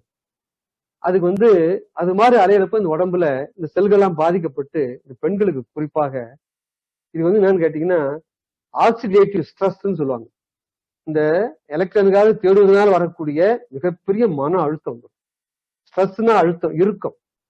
என்ன இருக்கும்? அது இந்த ஆக்சிஜன்ல 2 குறையறதுனால நம்ம பிராணன்ல அந்த ஆக்சிடேட்டிவ் ஸ்ட்ரெஸ் இருக்கிறதுனால என்ன ஆயிடும்னா, இந்த மாதவிடாய் சமயத்துல வலிகளை உண்டாகும். ஏன்னா 2 எலக்ட்ரான் கிடைக்கல, இருக்கு அலைஞ்சுக்கிட்டே இருக்கு. இந்த 2 கிடைக்காது. ஸோ ஆக்சிடேட்டிவ் ஸ்ட்ரெஸ் எப்போ உருவாகும்னா, இந்த மாதவிடாய் சமயத்துல அதிகமாகும். நீங்க கேட்கலாம், சரி மாதவிடாய் சமயத்துல தான் வெளியாகணும், மற்ற நேரம் ஏன் வலி ஏன் வரக்கூடாது அப்படின்னா, இந்த இறைவன் என்ன பண்ணிருக்கான்? அதான் இந்த பெண்ணோட புனிதம் நான் எங்க சொல்ல வரேன்னா, ஒரு இறைத்தன்மை, ஒரு பராசக்தி லெவல் ஏன் பெண் இருக்காங்க, அவனுக்கு எல்லா சக்தியும் அந்த உடம்புலயே இறைவன் உண்டாக்கி வச்சுட்டாங்க. என்ன செய்தான்னா, ஈஸ்ட்ரோஜன் ஒரு ஹார்மோனை சுரக்க வச்சான் அந்த பெண்ணுக்கு. எப்ப அந்த பூ பெய்தினாலோ அப்புறம் ஈஸ்ட்ரோஜன் சுரக்க ஆரம்பிச்சு. அது என்ன ஆயிடும்னா, அந்த ஈஸ்ட்ரோஜன் இந்த சுரந்து மற்ற நேரங்கள்ல இந்த இருக்கு பாருங்க, எலக்ட்ரானுக்காக தேடுற இறக்கம், அந்த ஆக்சிஜன் 2 குறையுது. அதனால ஒரு பெரிய இறுக்கத்தை உருவாக்குது. அது ஆக்சிடேட்டிங் ஸ்ட்ரெஸ் பேர் இருக்கு. அந்த வலி உண்டாக்குறத குறைக்கிறதுக்காக ஈஸ்ட்ரோஜன் இருக்கு. ஆனா என்னன்னா, அதே மாதிரி ஒரு சினமுட்டை சினமுட்டை பை விட்டு வெளில வரப்பும் எக்கச்சக்கமான ஆக்சிடேட்டிவ் ஸ்ட்ரெஸ் இருக்கும். அப்ப ஈஸ்ட்ரோஜனுக்கு நிறைய சுரக்கும். என்ன ஆயிடுதுன்னா, இந்த மாதவிடாய் சமயத்துல ஈஸ்ட்ரோஜனுடைய அளவும் குறைஞ்சு போகுது. அதனாலதான் இந்த வலி சில பேருக்கு உருவாகுது. சில பேருக்கு இந்த ஆக்சிடேட்டிவ் ஸ்ட்ரெஸ் அவ்வளவு அதிகமா உருவாகாது உடம்புல, அவங்களுக்கு கொஞ்சம் வலி கம்மியாகும். ஆனா எல்லாருக்கும் அந்த பாதிப்பு இருக்கும். அதனால இதுக்கு என்ன செய்தாங்கன்னா, பெரியவங்க நினைச்சு பார்த்தாங்கன்னா, சரி இது மாதிரி இந்த ஆக்சிஜன் எலக்ட்ரானிக் தேடுறதுனால என்ன ஆகுது, ஆக்சிடேட்டிவ் ஸ்ட்ரெஸ் சொல்லி இந்த வலியினால காத்து உயிர் வலின்னு பேரு ஆக்சிஜன். இந்த உயிர் வலி இருக்கும்னு பேரு. உயிர் வலி இருக்கும் அதிகமா உருவாகுது. இந்த உயிர் வலி இருக்கும் குறைக்கிறதுக்காக இதை போக்கக்கூடிய ஏதாவது இருக்கான்னு பார்த்தாங்க. அதுக்கு என்னன்னு பாத்தீங்கன்னா வலிய மகற்றிகள்னு சொல்லுவாங்க. அதை வந்து ஆன்டி ஆக்சிடென்ட்ஸ் இங்கிலீஷ்ல சொல்லுவாங்க. இந்த ஆன்டி ஆக்சிடென்ட்ஸ் கொடுத்தோம்னா இந்த ஆக்சிடேட்டிவ் ஸ்ட்ரெஸ் அந்த இறுக்கத்தை குறைக்க முடியும்னு கண்டுபிடிச்சாங்க. அதனாலதான் இந்த ஈஸ்ட்ரோஜன்ங்கிற இந்த பெண்ணுடைய மாதங்கள்ல இந்த நாட்கள்ல ஈஸ்ட்ரோஜன் சுரந்து இவ்வளவு சமன்படுத்துது அப்படின்னு கண்டுபிடிச்சாங்க. ஆனா என்ன ஒரு குறைன்னு கேட்டீங்கன்னா இந்த மாதவிடாய் சமயத்தில் ஈஸ்ட்ரோஜன் குறைவா சமைக்கும். அதனாலதான் அந்த காலத்துல எள்ளு எண்ணெய் நல்லெண்ணெய் நிறைய சாப்பிடுன்னு சொல்றது, உளுத்தங்களி போன்ற வழக்கமா கொடுக்கறது, இதெல்லாம் வந்து இந்த உணவு முறைகள்லாம் பெரும்பாலும் அந்த காலத்துல பெண்கள் எல்லாம் தனி உட்கார வைக்கிறப்ப எங்க அம்மாலாம் அப்படிதான் உட்கார்ந்து இருப்பாங்க. தனியாக உட்கார வச்சிருவாங்க. அவங்களுக்கு உணவே இந்த மாதிரி எள்ளு எண்ணெய் சம்மந்தப்பட்டது, எள்ளு எண்ணெய் எஸ்பெஷலி நல்லா கடல் எண்ணெய் அப்ப கொடுக்க மாட்டாங்க, இது மாதிரி நிறைய கொடுப்பாங்க. எதுக்கான்னு கேட்டீங்கன்னா இந்த ஆன்டி ஆக்சிடென்ட்ஸா ஒர்க் பண்றதுக்காக. ஏன்னா இந்த ஃப்ரீ ரேடிகல்ஸ் அதிகமா சுரக்கும். இப்போ பாசிட்டிவ் சார்ஜ் கூட இருக்கும் அந்த உடம்புல இன்னொரு இது ஒண்ணு கண்டுபிடிச்சிருக்காங்க. இந்த நேர்மறை உடம்பு வந்து இந்த பாசிட்டிவ் வெளியே வருதுன்னு சொன்ன பாருங்க, அது வந்து ஈக்குவல் டு எலக்ட்ரிசிட்டி வருது, மின்சாரத்துக்கு சமமானது. அது என்ன பண்ணாங்கன்னா ஒரு பெண்ணோட வலது கையினுடைய ஆள்காட்டி வரல இருக்கு பாருங்க, அது ஒரு கருவியில பொருத்தி எவ்வளவு கரண்ட் இருக்குன்னு மெஷர் பண்ணாங்க விஞ்ஞான அடிப்படையில. என்ன செய்யறாங்கன்னா பல 100 மடங்கு, அதாவது செவரல் தௌசண்ட்ஸ் மைக்ரோ வோல்ட்ன்றாங்க அவங்க அளவு இருந்தது. பல 1000 மைக்ரோ வோல்ட் கரண்ட் உற்பத்தி ஆகுதான் எப்போ இந்த மென்சஸ் பீரியட்ல. அதெல்லாம் பாசிட்டிவ் எனர்ஜி. எதுக்கு அந்த கையில இருந்து உடம்புல இருந்து பாசிட்டிவ் நேர்மறை மின்சக்தி வந்து வெளியாகிட்டே இருக்கும். ஏன்னா அதுக்கு அந்த எலக்ட்ரான் கிடைக்கல, ஏன்னா ஈஸ்ட்ரோஜன் கம்மியா சுரக்குது அந்த நேரம். சுரக்கிறதுனால ஆன்டி ஆக்சிடென்ட்ஸா ஒர்க் பண்ண முடியல. அதால நம்ம ஏதாவது எள்ளு எண்ணெய் உளுந்து கொடுத்தாதான் உண்டு. உடம்புல இருந்து எக்கச்சக்கமான இந்த எலக்ட்ரிசிட்டி பாஸ் ஆகுறதுனால அதுல தொடக்கூடாதுங்கிற காரணம் சொல்லி வச்சாங்க. தொட்டா என்ன ஆகுங்க, அவங்களுடைய அந்த several thousand micro volt current, கரண்ட்ல பல்புல வச்சா தெரியாது, மைக்ரோ வோல்ட்ங்கிறாங்க. அது வந்து யாரு தொடறாங்களோ அவங்களுடைய பிறப்புறுப்பினுடைய நிலைகளை அது பாதிக்கிறதுக்கு வாய்ப்பாயிடும். அவங்களுடைய கரு உற்பத்தி அளவையோ அவர்களுடைய சுரக்கிற தன்மையோ அவங்களுடைய ஹார்மோன் சுரக்கிறதையோ அது இன்பேலன்ஸ் பண்ணி விட்டுரும். அதுதான் அவங்க என்ன பண்ணாங்கன்னா பெரியவங்க அந்த காலத்துல இதெல்லாம் மைக்ரோ வோல்ட் அவங்க அளக்கல, இந்த பெண்ணை தனி உட்கார வச்சாங்க.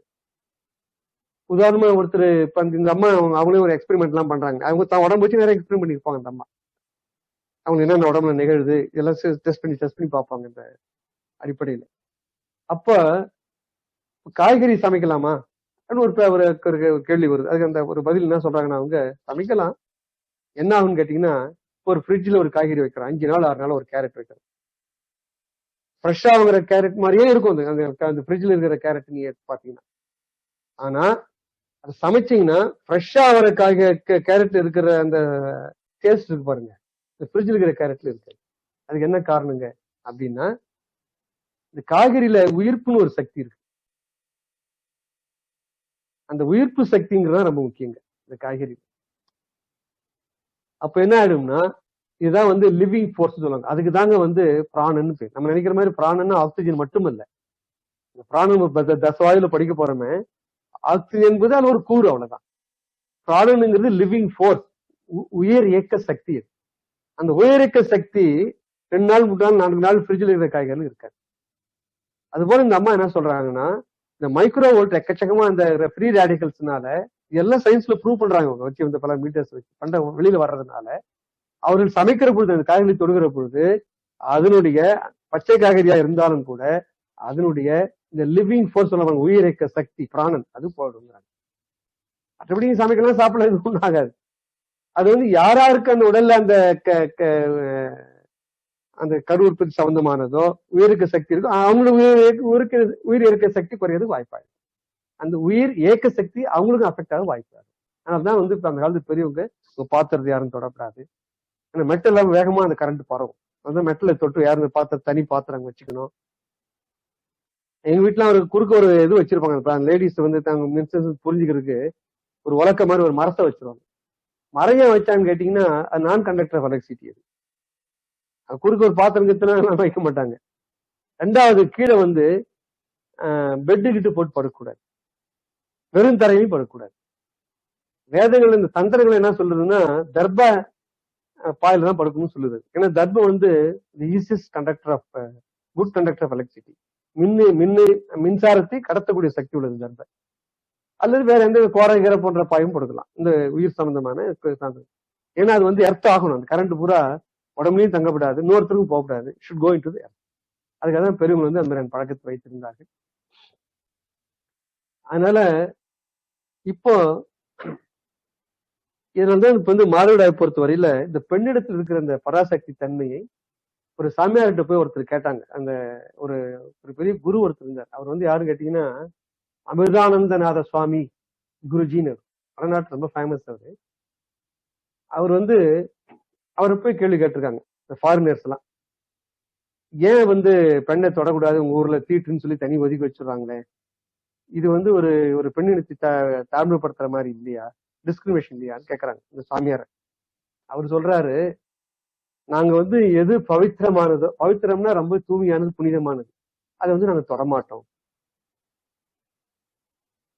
உதாரணமா இப்ப ஒரு ஐயர் வந்து கல்யாணம் ஆகிறப்பெல்லாம் தண்ணி கொடுத்து இப்படி ஊற்ற சொல்லுவார் கீழே, தாலி வந்து கொடுத்து கட்ட சொல்லுவார். அப்பெல்லாம் வந்து நம்ம வந்து பல உலக விஷய வாசனைலாம் அழுந்தி கிழுந்தி அவ்வளவு தூய்மையா நம்ம இருக்க மாட்டோம். நம்ம புனிதப்படுத்தணும் நம்மள.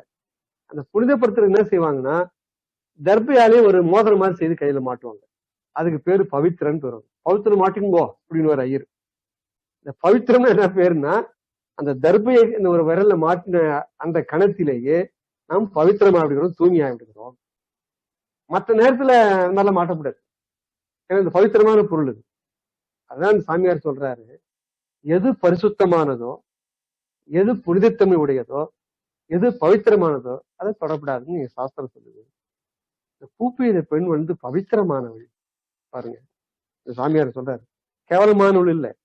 அந்த பெண் வெளியிடறதுலாம் ஒரு அசிங்கமான வேஸ்ட் இல்ல. அந்த மனசு கலங்கி விடணும்.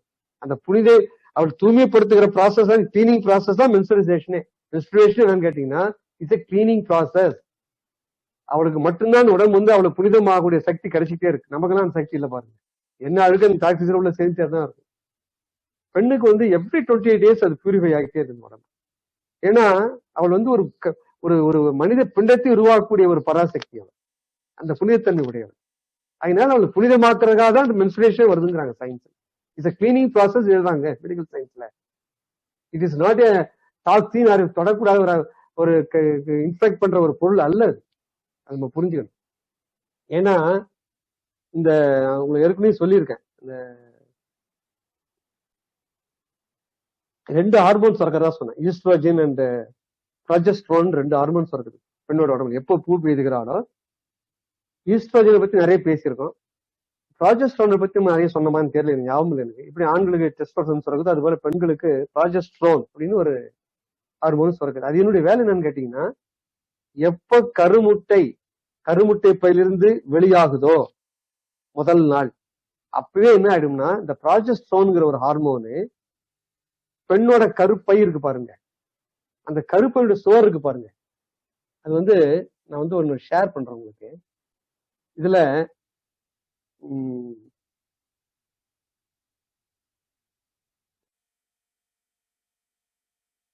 இப்ப நான் உங்களுக்கு காட்டுறேன். இத வந்து இப்போ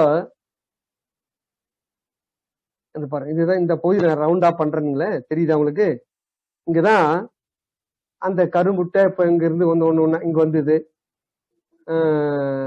அடுத்தது ஹைலைட்ல காட்டுறேன். இங்க வந்தது, இங்க இருந்து இங்கதான் அந்த கருமுட்டையோட விந்தோட சேர்ந்து ஒரு ஜைகோட்னு சொன்னேன் பகுதி, அது பூதப்பெருணவா மாறியாச்சு. இங்க வருது. அடுத்து கொஞ்சம் கொஞ்சமா வந்துகிட்டே இருக்கு. மூவாயிட்டே வந்து கருப்பைக்குள்ளார வந்தாச்சு. இதுதான் கருப்பை, இது கருப்பையோட சுவர் ஆச்சுங்களா? இந்த கருப்போட சுவற்றுக்குள்ள வர்றப்ப இங்க பாருங்க, இந்த வளைவா இருக்கு பாருங்க, இங்க ஒரு இது இருக்கு.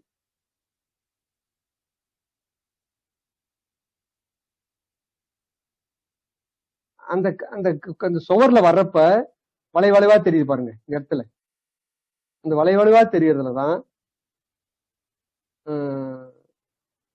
இது ஒரு வளைவு, இங்க ஒரு வளைவு இருக்கு பாருங்க. இந்த வளைவுல இந்த வளைவுல தான் போய் இந்த சினை உற்ற கருமுட்டை போய் ஒட்டிக்க போகுது. இது ஒட்டுறதுக்கு இறைவன் ஒண்ணு ஏற்பாடு பண்ணியிருக்காங்கன்னா, இந்த இடத்துல இங்க ஒட்டணும் போயிது. இந்த ஒட்டுறதுக்கு என்ன செய்யறானா இறைவன் இந்த இடத்துல ஒட்டுறதுக்கு என்ன செய்யறான்னா ஒரு பசையை உருவாக்குறாங்க ஒரு மாதம். எப்போ இந்த கருப்பையில இருந்து கருவுட்டு எப்போ இது வெடிச்சிட்டு வெளியில இந்த இடத்துக்கு வருதோ, இந்த இடத்துக்கு வர்றப்ப அப்பவே நம்ம ஒரு பசை ஒன்று உருவாகும். இந்த இடத்துல இங்க ஒரு பசை உருவாகும். இந்த இடத்துல இந்த ஒரு பசை உருவாகுது. இந்த இடத்துல இந்த பசை உருவாகுது.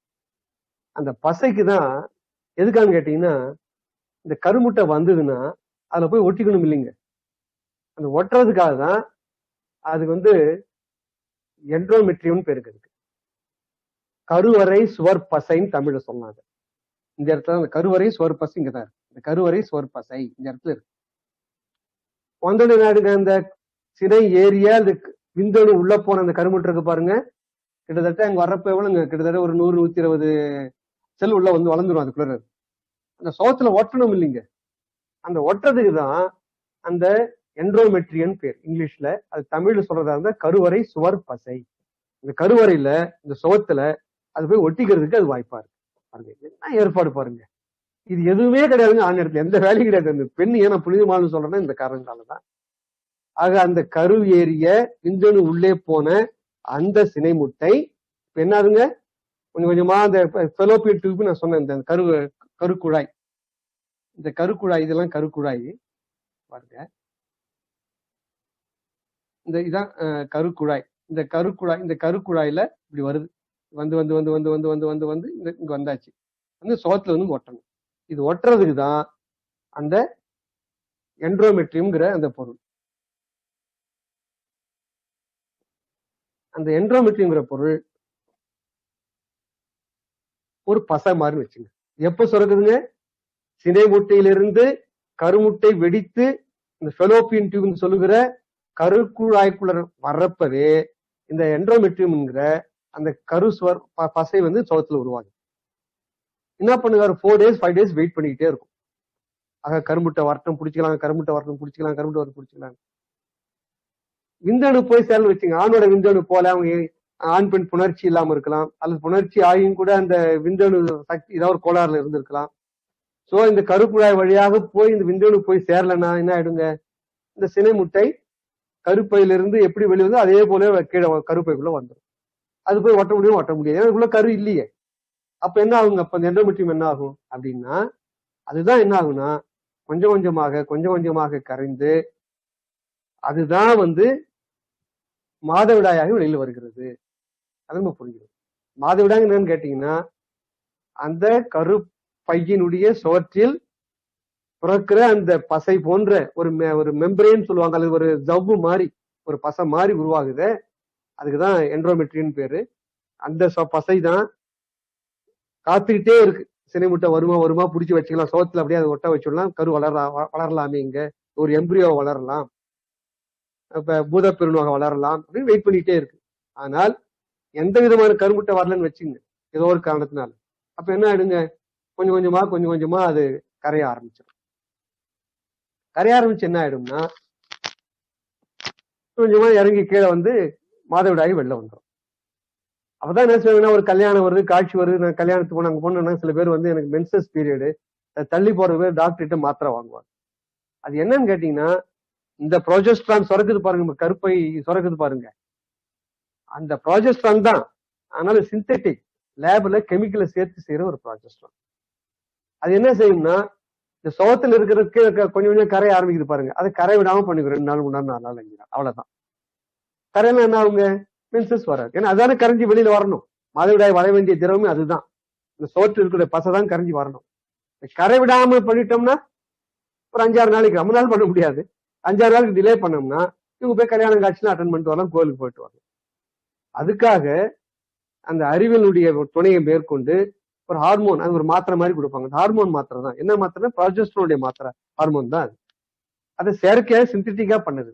அது உள்ள முழுங்குறதுனால அது போய் டெம்பரரியா என்ன பண்ணும்னா, தற்காலிகமாக இந்த கருப்பையுடைய சோற்று இருக்கக்கூடிய பசையை கரையாமல் கீழே இறங்காமல் பார்த்துக்கும். ஆனா அதனுடைய கெடுதி இருக்கு பாருங்க, மிகப்பெரிய கெடுதி. அறிவியல் படிச்சவங்க இயற்கை வாழ்வுல வாழறவங்க இதெல்லாம் தயவு செய்து கோளாறுலாம் பண்ண முடியாது. ஏன்னா நீங்க you are working against nature. எந்த விதமான செயற்கை சிந்தட்டிக் செயற்கையான இந்த ப்ரொஜெஸ்டரானை கொண்டு உள்ள வரக்கூடாது. இந்த தவறுலாம் யாரும் பண்ணக்கூடாது. ஆக இயற்கை இந்த இதான் கொண்டுட்டு போகுது.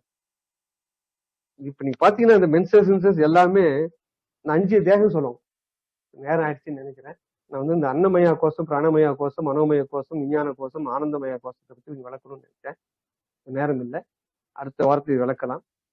ஆகையினால ஒரு பெண் வந்து புனிதமானவள். அவள் உடம்புல இத்தனை அவளுடைய பராசக்தியின் வடிவமாக இருக்கக்கூடிய அந்த பெண் உடம்பிலே இவ்வளவு புனிதமான காரியங்கள் நிகழ்வதாலதான் ஒரு கருவானது உருவாகி பிண்டமாக மாறி முழு மனிதனாக ஆணோ பெண்ணோ வெளிவரக்கூடிய ஒரு தெய்வத்தன்மை மிக்க மனித சந்தானத்தை அருந்துபோகாமல் பார்க்கிற ஒரு தெய்வத்தன்மை வாய்ந்த ஒரு உருவமாக, ஒரு வயிறாக, மணி வயிறாக ஒரு பெண் இருக்கிறாள் என்கிற கருத்தை சொல்லி இதோடு நிறைவு செய்வோம்.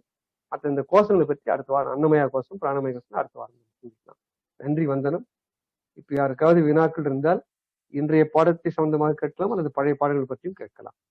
பொது வினாக்களாக இருந்தால் அந்த டெலகிராம்ல ஸ்பிரிச்சுவல் கொஸ்டின் ஆன்சர் செஷன்ல கேட்கலாம். நன்றி. கேள்வி பதிலி ஆரம்பிக்கலாம். நன்றி ஐயா. உயிரியக்க சக்தி, உயிரியக்க சக்தி காய்கறி பத்தி சொல்லும் போது சொன்னீங்க, இந்த வல்லற் பெருமான் வந்து இந்த மழை நீர் வந்து பிராணசக்தி அப்படின்னு சொல்லுவாங்க. மாரி இந்த பிராணங்கிறது வேற காய்கறியில எல்லாத்துலயும் இருக்குங்களா, இல்ல வேற எது இதெல்லாம் இருக்குது? அதாவது புரியுது காய்கறிகள்லாம் சொல்லிருந்தீங்க, வேற மழை நீர்ல பெருமான் சொல்லியிருக்காங்க. ஆமா ஆமா ஐயா. அதாவது ஐயா இயற்கை சம்பந்தப்பட்ட எல்லாத்தையும் இந்த பிராணசக்தி இருக்கும் ஐயா. நிறைய இயற்கையோடு தொடர்புடைய பொருட்கள் அத்தனையும் இந்த பிராணசக்தி கூட இருக்கும்.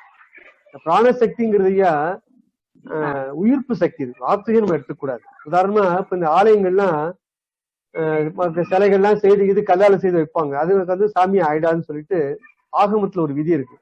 பிராண பிரதிஷ்டான்னு பெரியாது. பிராண பிரதிஷ்டான்னா இந்த பிராணங்களை பிரதிஷ்டை பண்றது. அந்த மாதிரி பிரதிஷ்டை பண்றப்பதான் நம்ம உயிர்ப்பு சக்தி சொல்ற பாருங்க, அது சமஸ்கிருதத்துல சைதன்யம் சொல்லுவாங்க. சைதன்யம்னா அந்த உயிர்ப்பு சக்தி இருக்கிறதுக்கு தான் சைதன்யம் பெரிய. நம்ம இங்கிலீஷ்ல வந்து அதை வந்து வைப்ரேஷன், எனர்ஜி அப்படிலாம் டிரான்ஸ்லேட் பண்ணுவாங்க. அதெல்லாம் முழுமையான டிரான்ஸ்லேஷன் கிடையாது. சைதன்யத்துடைய முழுமையான பொருள் வந்து உயிர்ப்பு சக்தி. அது உயிர் இயக்க சக்தி தான் சைதன்யம் பேர். அதை கொடுக்கக்கூடிய சக்தி தான் அந்த உயிர் பொருளோட தொடர்புடைய, உயிரோடு தொடர்புடைய பொருள் அத்தனைக்கும் அந்த சைதன்யம் உண்டு, அந்த பிராணன் சக்தி உண்டு, அந்த உயிர்ப்பு சக்தி உண்டு ஐயா. மழைநீர் இயற்கையோடு தொடர்புடைய பொருள் இல்லைங்களா? மழைநீர் என்பது இயற்கையோடு தொடர்புடைய ஒரு பொருள்.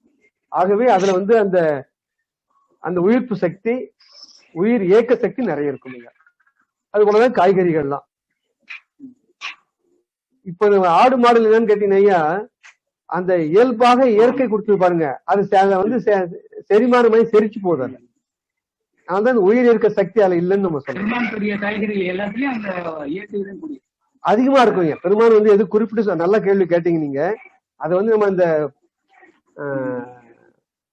வேறொரு புலத்துல இந்த கேள்வி கேட்டு பதில் நான் சொல்லியிருந்தேன். பெருமானுடைய காய்கறி இருக்கு பாருங்க, அதுல வந்து இந்த பிராணசக்தி எது கூட இருக்கோ அதை மட்டும் எடுத்துக்கிறார். உடலுக்கு நல்லது செய்யற காய்கறி அவர் எடுத்துக்கல. உதாரணமா பாருங்க, பாகற்காய் வந்து உடம்புக்கு ரொம்ப நல்லது பண்றதுதான். அது நடைமுறை சன்மார்க்கு ஒரு புராணத்துல இந்த பதிவை நான் போட்டிருந்தேன், நீண்ட பதிவை. அதாவது பாகற்காய் உடம்புக்கு ரொம்ப நல்லது, அது பெருமான் சொல்லலையேன்னு ஒரு கேள்வி கேட்டிருந்தார் ஒருத்தர். அதாவது உடலுக்கு நல்லது செய்து உடலை பல நாள் நல்லா ஆரோக்கியமா புஷ்டியா சந்தோஷமா வாழறதுக்கு உண்டானதெல்லாம் நிறைய இருக்கு ஐயா. அது பெருமான் அது வந்து அது குற்றம் சொல்லல. ஆனா சன்மார்க்குடைய நோக்கம் வந்து ஐயா வாழ்நாள் நீட்டிட்டு போதல் தான். ஆரோக்கியமா சந்தோஷமா புலோதெல்லாம் சாப்பிட்டு உலகில் என்பதை அனுபவிக்கிறது அல்ல. உடலுடைய ஆயுளை நீட்டிக்க முடியுமான்னு பெருமான் பாக்குறாரு. அதுக்கு தொடர்புடைய காய்கறி மட்டும் பெருமான் எடுத்துரு. அதுக்கு என்ன தேவையா? அந்த பிராணசக்தி கூட இருக்கு. எதில் பிராணசக்தி கூட இருக்கோ அதை மட்டும் பெருமான் சன்மார்த்துக்கு எடுத்துக்கிறார். உடலுக்கு நல்லது பண்றதுதான். உதாரணமா இப்ப புழுங்கல் அரிசி இருக்கு, உடலுக்கு குளிர்ச்சி பண்ணக்கூடிய சக்தி இருக்கு புழுங்கல் அரிசிக்கு. பெருமான் அதை காட்டிலும், குளிர்ச்சி பண்ணுகிற புழுங்கரிசியை காட்டிலும் உடம்ப நீட்டிக்கணும்னா சூடு தேவை. சூடு எதை கொடுக்குறியா? பச்சரிசி தான் கொடுக்கும். அப்ப என்ன பண்றாருன்னா அந்த பச்சரிசி தான் பிராணசக்தி கூடன்னு பாக்குறேன். ஏன்னா இப்ப அந்த நெல்லை வெவிக்கிறப்ப இந்த பிராணசக்தி குறைஞ்சு போதால நெல்லை கொண்டு போய் அவிக்கிறப்ப புழுங்கரிசி பண்றப்ப அவிக்கிறப்ப இந்த பிராணசக்தி குறைஞ்சு போகுது. பச்சரிசி என்பது அந்த இயற்கை கொடுத்த அரிசி அப்படியே இருக்கு. பிராணசக்தி கூட இருக்கு. இந்த பிராணசக்தி என்பது இந்த உடலை நீட்டிக்கப்படும் பெருமான் உணர்றார். நான் தான் அவர் சொல்லுகிற காய்கறி, அவர் சொல்லுகிற எண்ணெய், அவர் சொல்லுகிற பருப்பு எல்லாமே. உதாரணமா 2 பருப்பு இருக்கு. இப்ப பைத்தம் பருப்பு இருக்கு, பாசி பருப்புன்னு சொல்றாங்க. பாசி பருப்பு இருக்கு, துவரை இருக்கு. இந்த பாசி பருப்பை காட்டிலும் துவரையில பிராணசக்தி கூட இருப்பதாக பெருமான் கருதுகிறார். ஆனா பாருங்க, பாசி பருப்பு சொல்ல மாட்டாரு. இந்த துவரையை சொல்லுவார். துவரம் பருப்பு நிறைய சொல்லுவார். துவரம் பருப்பு நிறைய சேர்த்து முளை கட்டியும் முளை கட்டாமலும் இப்படி சாப்பிடலாம்னு சொல்லுவார். ஆக பெருமானுடைய குறிக்கோள் முழுதும் ஐயா உடலை ஆரோக்கியமாக வைத்துக் கொள்வதை, குளிர்ச்சியாக வைத்துக் கொள்வதை காட்டிலும் உடலை நீட்டிப்பதற்கு பிராணசக்தி சூடு எதில் கூட இருக்கு. அதான் பாக்குறாரு. நன்றி ஐயா. ஐயா அகங்கனிந்த மாலை வணக்கம். வணக்கம் ஐயா. வணக்கம் ஐயா. வணக்கம். நன்றி ஸ்ரீதரன் ஐயா. ஆமா ஐயா. அதாவது இன்னைக்கு நீங்க சொன்னதுல ஈஸ்ட்ரோஜன், அப்புறம்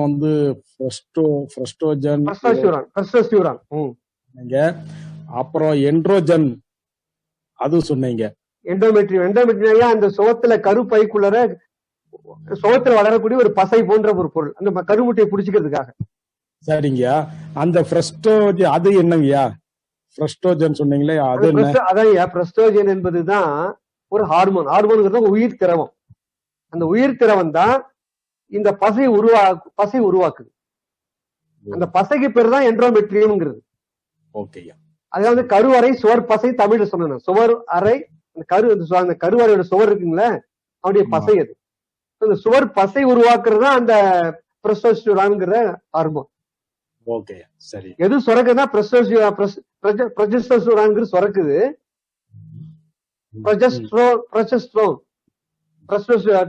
சுரக்குது.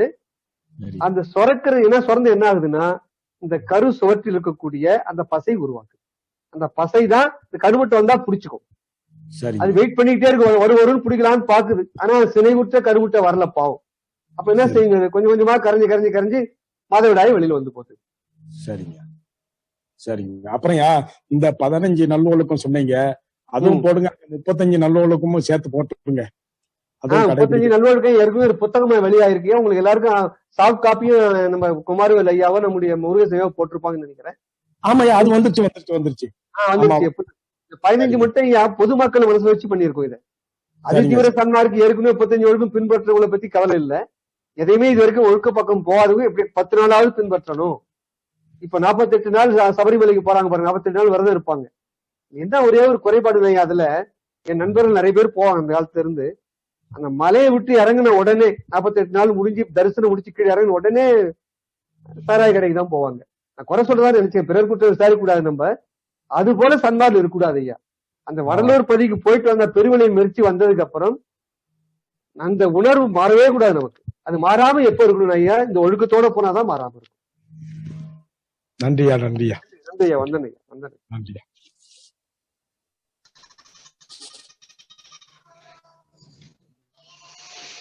ஐயா திருமுருகன் ஐயா, சென்னையில இருந்து. வணக்கம் ஐயா. வணக்கம் ஐயா. வணக்கம் திருமுருகன் ஐயா. வணக்கம் ஐயா. ஐயா, நீங்க சொன்னபடி இந்த பெரு விண்ணப்பம் படிச்சோம் ஐயா. அதுல சில வினாக்கள் இருக்கு. நான் நேரம் கருதி 2 வினாக்கள் மட்டும் கேட்கிறேன், மீதி இப்ப தந்தை என்பனது சுக்கில சரிங்க. தந்தை என்பனது சுக்கில பையன் கண் யான் வந்தமைந்த கணப்போதிற்கு முன் கணப்போது வரையுமாக என்னால் ஒருவாறு அளவிடப்பட்ட 1,09,60,000 கணப்பொழுதுன்னு ஒரு கணக்கு எம்பெருமான சொல்றாங்க இல்லைங்கய்யா.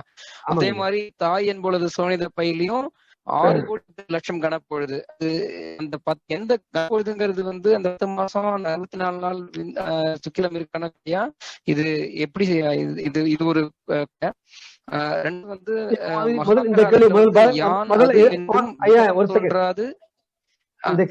பதில் சொல்லிடுறேன், அப்புறம் அடுத்த கேள்வி. சரிங்க. அதாவது ஐயா, இதுக்கு நம்ம பதில் இந்த முதல் 2-3 வகுப்பு சிந்திச்சிருக்கோம். மறுபடியும் நான் சொல்றேன். இந்த 1,09,60,000 கணப்போது தந்தையன்மாவுடைய சுக்கிலத்தில் இருக்கிறதா பெருமான் சொல்லுவார் ஐயா. அந்த நீங்க கணத்தை நீங்க நிமிடமாகவும், நிமிடத்தை மணியாகவும், மணியை நாளாகவும் கன்வெர்ட் பண்ணீங்கன்னா மாற்றினீங்கன்னா உங்களுக்கு வந்து கிட்டத்தட்ட 60 நாள் கிட்ட 61 அல்லது 61 நாள் கிட்ட வருங்க உங்களுக்கு. அந்த கணப்போதை நீங்க மாத்தினீங்கன்னா அந்த கணப்போது சொல்லாரு பாருங்க, அதை வகுக்கணும். எப்படி வகுக்கணும் கேட்டா உங்களுக்கு ஒரே ஒரு குறிப்பு சொல்றேன் உங்களுக்கு. ஒரு குறிப்பு சொல்றேன் உங்களுக்கு. அதாவது உதாரணமா எளிமையான குறிப்பு சொல்றேன் உங்களுக்கு. இப்ப இந்த 10 மாதத்துக்கு பெருமான் ஒரு கணப்போது சொல்லுவார், 9 கோடி கணப்போது சொல்லுவார் பெருமான். 9 கோடிய 10 மாசங்கிற 300 நாள் இல்லைங்களா, 300 நாளால வகுங்க அதை இந்த கணப்போத. அந்த 9 கோடியை கணப்போது சொல்றாரு, தாயோட வயிற்றுல 10 மாதம் சொல்றாரு. அந்த 9 கோடி கணப்போதுங்கிறது 10 மாதம் இல்லைங்களா, 10 மாதத்துக்கு 300 நாள். அந்த 9 கோடி கணப்போத 300 நாளால வகுங்க. வகுக்கிறப்ப ஈவு வருது பாருங்க, அந்த ஈவை கொண்டாந்து 1 கோடி 1,60,000 நாட்கள் வகுங்க. 50 நாள் ஒரு கணக்கு வருவாங்க. மறுபடியும் திருப்பி சொல்றேன் ஐயா. 9 கோடி கணப்போது தாய் வைத்து இருப்பதாக பெருமான் சொல்வார். ஒருவாறு என்னால் கணிக்கப்பட்டன்னு சொல்வார். அந்த ஒருவாறு கணிக்கப்பட்ட 9 கோடி அந்த கணப்போதுவை 10 மாதம் என்பது 300 நாட்கள். அந்த 300 நாட்களால வகுங்க. அந்த ஈ ஒண்ணு வரும் இல்லையா, ஈ தொகை ஒண்ணு வரும் இல்ல, அந்த தொகை எண்ணு வரும் இல்ல, அந்த என்ன அந்த 1,09,60,000 கணப்போதுக்கு பாருங்க தந்தையோட சுக்கிலத்துல, அதால வகுங்க. அதை வகுத்தீங்கன்னா உங்களுக்கு கிட்டத்தட்ட 52-51 நாள் கிட்ட வருங்க உங்களுக்கு. அப்புறம் அங்க வந்து அது வந்து அது என்ன பிளஸ் சயின்ஸ் என்ன சொல்றாங்க, 50 நாள் வந்து டெஸ்டிஸ் சொல்ற ஆணோட விரைப்பையில 50 நாளும், அந்த எபிடமைஸ்ங்கிற விரை பை இருக்கு பாருங்க, அதுல 14 நாள் சொல்லுவாங்க சயின்ஸ்ல. 50 14 64 நாட்கள். பெருமாள் சொல்லுவது 60 நாள். கிட்டத்தட்ட எவ்வளவு நெருங்கி வருது பாருங்க. உங்க வீடியோவை நீ ஆஃப் பண்ணிட்டீங்கன்னா சப்தம் நல்லா கிளியரா வரும். திருமுருகன் ஐயா, உங்க வீடியோவை கொஞ்சம் ஆஃப் பண்ணிடுங்க, மைக்கில் மட்டும் பேசுங்க. இப்ப நல்லா பண்ணிட்டேங்க. ஆக அந்த விரை விந்து உற்பத்தி ஆகிற தனத்திலே ஒரு 50, அந்த விரை பையில ஒரு 14, 50 10 64 நாட்கள் தான் விந்து வெளிவர தயாரா இருக்கு. பெருமான் சொல்லுவது 60 நாள் சொல்லுவார். இந்த 64 60 கிட்டத்தட்ட இருப்பாங்க. சயின்ஸ் அது கிட்டத்தட்ட இருப்பாங்க. அப்படிதான் கணக்கிடுறது. அடுத்த கேள்வி கேளுங்க. அடுத்து வந்து இந்த மகாந்தகாரத்துல வந்து யான் அது என்றும் பேதம் தோன்றாது அருகி கலந்து அளவிறந்த காலம் முன்பின் என்பதன்றி மூச்சித்து கிடந்த எண்ணெய் அப்படிங்கிறப்ப இந்த காலம்ங்கிறது வந்து இந்த ஆன்மா போய் அதாவது ஒரு மனித பிறவியோ ஏதோ ஒரு பிறவியை முடிச்சிட்டு அது போய் இருக்கிற காலமாயா, எந்த காலத்தை வந்து அதை எப்படி எடுத்துக்கிறது, இல்ல ஒரு முக்தி நிலையா, இது எந்த மாதிரி நிலையா அது மூச்சித்து கிடக்குது காலம்? முக்திங்கிறது ஐயா அவங்க பெருமானுடைய அருட்பால முக்திங்கிறது பெருமான் முக்திங்கிறது 300 சாதனம் வர அகவல்ல. முக்தி என்பது 300 சாதனம், சித்தி என்பது நிலை சேர்ந்த அனுபவம் போடுவார் பெருமான். சித்தி என்பது நிலை சேர்ந்த அனுபவம். சன்மார்க்கத்துல சித்தி தான் நம்ம ஏற்றுக்கொள்கிறோம், முக்தி நம்ம ஏற்றுக்கொள்வதில்லை. ஏன்னா முக்தினா என்ன டெஃபினேஷன் ஐயா, ஒரு அருளாளரோ ஒரு மனிதரோ வாழ்கிற பொழுது அவர் நல்ல அருள் நிலையிலேயே இருந்து அருள் உணர்வோடு இருந்து அவர் இறந்து போடாருன்னு வச்சுங்க, தேகத்தை விட்டுருவார். அதை கொண்டு போய் சமாதி பண்ணி வச்சு அவர் முக்தி அடைஞ்சாருன்னு சொல்லிட்டு இருப்போம். பெருமான் என்ன கேட்பாருன்னா, இறைவனோடு சேர்ந்து அவனுடைய இன்பத்தை அனுபவிப்பதற்கும் நமக்கு மனம் மொழி மெய் அல்லது அந்த கண்ணு செவி மூக்கு வாய் மெய்ங்கிற இந்த புற அக கருவிகள் வேண்டாமான்னு கேட்பார். இறைவனை அனுபவிக்கிற கருவிகள் வேணும் இல்ல, அந்த பேர்வத்தை எப்படி அனுபவிக்க முடியும்? அப்ப என்ன சொல்லுவாருன்னா, தேகத்தை விட்டு அதெல்லாம் அழிஞ்சு போயிடும். எப்ப மனித தேகம் கீழே விழுதோ அப்ப இந்த கண்ணு மூக்கு செவி வாய் மெய் மனம்ங்கிற எல்லா கருவியும் அழிஞ்சு போயிடும். அழிஞ்சதுக்கு அப்புறம் நீங்க முக்தி அடைஞ்சு சொன்னாலும் கூட எப்படி நீ அனுபவிக்க முடியும்னு கேட்கிறாரு. பேசிக்கா எப்படி அனுபவிக்க முடியும்னு கேட்கிறாரு. அதனால பேசிக்கா எங்க பெருமான் வந்து சமய மதங்கள்ல இருந்து அவருக்கு வேறுபடுகிற ஒரே இடம் வந்து இந்த உடலை நீட்டிக்க பண்றதுதான். அவங்க பிறவாமை வேண்டும் கேட்டாங்க, பெருமான் இரவாமை வேண்டும் ஏன்னு கேட்டார்னா, அப்போதுதான் இந்த கண்ணு மூக்கு செய்வாய் மெய் மனம் என்கிற இந்த கருவிக்கரணங்கள் அத்தனையும் அப்பதான் இருக்கும். இப்ப இருக்கிற கருவிக்கரணமே இல்ல. அது ஒரு கண்ணு வேற மாதிரி கண்டா மாறும், வேற ஒரு மூக்கா மாறும், வேற ஒரு மாயா மாறும், அது வேற விஷயம். ஆனா அந்த கருவிக்கரணம் வேண்டும்ங்கிறார் பெருமான். அதுதான் வந்து சித்தின்னு சொல்றாரு பெருமான். அதனால முக்தி நிலையெல்லாம் எதுவும் நம்ம சிந்திக்க முடியாது ஐயா. சித்தி பெற்றவங்களுக்கு அந்த பாசாந்த காலத்துக்கு போக வேண்டிய அவசியமே இல்லை இல்லைங்களா. இந்த தேகமே கீழே விழலங்கிறப்ப இப்ப மறுதேகம் கிடையாதுல்ல உங்களுக்கு. இப்ப பெருமானு தேகமே கீழே விழல, அந்த தேகத்தையே அவர் வந்து ஒளி தேகமா வெளி தேகமா மாற்றிட்டாரு. இந்த ஒளி வெளி தேகமா மாறினதுக்கு அப்புறம் அவருக்கு மறுபிறவி கிடையாதுங்க அவருக்கு. அதனால பாசாந்த காலத்துக்கு போக வேண்டிய அவசியமே அவருக்கு இல்லை. அது அவருக்கு அந்த அவசியம் இல்லை. நம்மை போன்ற ஆன்மாக்கள் தான் மறுபடியும் ஒரு தேகம் எடுத்தாகணும். மறுபடியும் ஒரு ஆணோட ஒரு தந்தையோட சுக்லத்துல போய் நம்ம சேரணும். சுக்லத்தை சேர்ந்து சுவனத்துக்குள்ள நம்ம போகணும். அது நம்ம போன்ற ஆன்மாவோட அது பொருந்தும். அருளாளர் பெருமானை போன்ற அருளாளர்கள் மரணமில்லா பெருவாழ்வு பெற்றவர்களுக்கு இது பொருந்தாது. அது மனசுல வச்சுக்கணும். சரிங்க ஐயா. அடுத்த கேள்வி கேட்கலாம் யாருக்கு? நன்றிங்க ஐயா. அடுத்த கேள்வி கேளுங்க. அடுத்தது வந்து இந்த ஒரு கணப்பொழுதினில் ஐயா கேக்குதுங்களா ஐயா? கேக்குது சொல்லுங்க ஐயா, சொல்லுங்க ஐயா.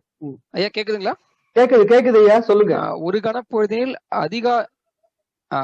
கணப்பொழுதினில் அதிகாரண கிரியை அதிகாரண பகுதி உருவில் பிரித்தெடுத்து அருளியே அப்படிங்கிறப்ப அந்த அதிகாரண கிரியை அதிகாரண பகுதி உருவு அப்படின்னா என்னங்க ஐயா அதுல? அதாவது ஐயா, நம்ம இன்னும் அந்த விளக்கம் சொல்லியிருக்க மாட்டேன் இந்த பகுதி படிக்கிறப்போ. இப்ப நம்ம இந்த வகுப்புல அந்த பகுதியெல்லாம் தாண்டி வந்துட்டு நம்ம விளக்கம் உங்களுக்கு நான் சொல்லல. உங்களுக்கு புரியுதா? உங்களுக்கு ஐயோ ரொம்ப சந்தோஷம், ரொம்ப மகிழ்றேன். அட்லீஸ்ட் ஒரு ஆளாவது என்ன கேள்வி கேட்கறீங்க, நீங்க ரொம்ப மகிழ்ச்சி எனக்கு படிச்சதுனால. இந்த காரணம் அதிகாரம் இருக்கு பாருங்க, ரெண்டுத்தையும் ரொம்ப விளக்கமான தத்துவம் பின்னால் படிக்க போறீங்க, இடைநிலையில படிக்க போறோம் நம்ம அதை. இப்ப நான் சொல்றதா இருந்தா ஐயா, இந்த 36 தத்துவங்களை விளக்க ஆகணும் உங்களுக்கு. 36 தத்துவத்தை நம்ம சிந்திக்கல, நம்ம அதை சிந்திக்கிறப்ப கண்டிப்பா உங்களுக்கு விளக்குறேங்க. அதை கண்டிப்பா நான் விளக்குறேன். அடுத்த கேள்வி கேளுங்க. சரி, இது வந்து அடுத்த லாஸ்ட் கேள்விங்க. அந்த 5 பூதங்களை சொல்றப்ப அதை சொல்லிட்டு அதுக்கப்புறம் பெருமானார் வந்து உப பிருத்திவி, உபநீர், உபாக்கினி, உபவாயு அப்படின்னு அதை சொல்றாங்க இல்லைங்கய்யா. அந்த மெயின் சொல்லிட்டு அதுக்கப்புறம் உப பிருத்திவி, ஒண்ணு மண், நீர் அப்படின்னு உபன் வர்றப்ப அதனுடைய விளக்கம் என்னவாயா இருக்கு? அதாவது ஐயா, இந்த 50 பெருமான் சொல்லுவார், பஞ்ச பூதங்கள்ல ஒரு பூதத்துக்குள்ளயும் 5 பூதம் இருக்கு எப்பயுமே. அதுக்கு வந்து சமஸ்கிருத பஞ்சீகரணம்னு சொல்லுவாங்க. அதாவது இப்ப நிலம் சொன்னா அதுலயே நீர் இருக்கு, நெருப்பு இருக்கு, காற்று இருக்கு, ஆகாயம் இருக்கு. அது போல இப்ப நீங்க நீர் எடுத்தீங்கன்னா நீருக்குள்ளே மண் இருக்கு, நெருப்பு இருக்கு, காற்று இருக்கு, ஆகாயம் இருக்கு. காற்று எடுத்தீங்கன்னா அதுக்குள்ள மண் இருக்கு, நீர் இருக்கு, காற்று இருக்கு. இது மாதிரி ஒரு பூதத்துக்குள்ள 5 பூதங்கள் இருக்கும். இப்ப மண் பூதம் எடுத்துக்கிட்டீங்கன்னா அது வந்து முதல் பூதம். அந்த பூதத்துல மீதி இருக்கிற பூதங்கள் பாருங்க, மண்ணில் இருக்கிற நீர், மண்ணில் இருக்கிற காற்று, மண்ணில் இருக்கிற நெருப்பு, மண்ணில் இருக்கிற ஆகாயம், அதெல்லாம் வந்து உபபூதங்கள். அதெல்லாம் ஒரு பூதத்துக்குள்ளேயும் உபபூதங்கள் இருக்கும். அதனால அதுவும் விளக்கிட்டு போற அதுவும் வந்து ஏன் 36 தத்துவத்துல அடங்கிடும். அதுவும் நம்ம சிந்திக்க போறோம், அதிகம் விளக்கமா சிந்திக்க போறோம். 36 தத்துவத்துல இந்த ஆன்ம தத்துவங்கிறது 24 ஐயா. அதுல முதல்ல வர்றது இந்த 5 பூதங்கள் தான். மண், நீர், நெருப்பு, காற்று தான் நம்ம சிந்திக்க போறோம். 36ல 24 ஆன்ம தத்துவம், 24ல முதல் 5 தத்துவம் வந்து இந்த மண், நீர், நெருப்பு, காற்று, ஆகாயம் தான். அப்போ வந்து நம்ம பெருமான் சொல்ற அகவலை சொல்ற அதையும் சேர்த்தாலும் நம்ம சிந்திக்க போறோம். அகவல பெருமான் சொல்லுகிற அந்த மண் இயல், நீரியல், வெளியல், காற்று எல்லாம் சொல்லிட்டு போறாரு இல்லைங்க. அதை முழுதும் நம்ம இந்த 36 தத்துவத்துக்கு விளக்கமா சிந்திக்கிறோம். அப்புறம் வந்து நான் உபதத்துவங்களை பத்தி நான் அதிகமா விளக்குறேங்க. உதாரணமா நான் எப்பவுமே இந்த சயின்ஸை கோஆர்டினேட் பண்ணிக்கிட்டே இருப்பேன். இப்போ அணு உங்களுக்கு நீ அணுவை பத்தி கொஞ்சம் மேலோட்டமான ஒரு விளக்கம் சொன்னேன். ஒரு அணுனா அணு கரு இருக்கும் உள்ள, அதுல புரோட்டான், நியூட்ரான் இருக்கு, அதை சுத்தி வந்து எலக்ட்ரான் சுத்திக்கிட்டு இருக்குன்னு நான் சொன்னேன். இந்த சுற்றுப்பாதையில வந்து நான் வந்து முதல் சுற்றுப்பாதை, 2வது சுற்றுப்பாதை, 3வது சுற்றுப்பாதை, 7 சுற்றுப்பாதை இருக்கிறதா சொன்னேன். அது இன்னொரு நுணுகி போனா ஐயா, இப்ப முதல் சுற்றுப்பாதைன்னு எடுத்துக்கிட்டீங்கன்னா கேஷல் சொல்லுவாங்க. அது இங்கிலீஷ்ல கேஷல்னா முதல் சுற்றுப்பாதைன்னு அர்த்தம். அதுலயே உப சுற்றுப்பாதையும் இருக்கு, சப் ஆர்பிட்ஸ் பெரியா இருக்கு. அது இன்னும் கொஞ்சம் ஆழமா போறப்பதான் நம்ம சிந்திக்கணும். இப்ப நான் சொன்னா முதல் சுற்றுப்பாதையை நம்ம புரிஞ்சு சிரமமா இருக்கு, உப சுற்றுப்பாதை வேற சொல்றேன்னு வச்சுங்க, இன்னும் கொஞ்சம் குழப்பமா இருக்கும். கண்டிப்பா. அதனால வந்து சில அதிகமா விளக்காம மேற்கொண்டு பரப்ப விளக்கலாம் விட்டுருவேன். ரொம்ப நன்றிங்க. ரொம்ப விளக்கம் நல்லா இருந்தது, ரொம்ப மகிழ்ச்சி. அவ்வளவுதான். பேசிக்கலி நானும் கெமிஸ்ட்ரி படிச்சிருக்கிறப்ப எனக்கு ரொம்ப சந்தோஷமா இருக்கு உங்களுடைய அந்த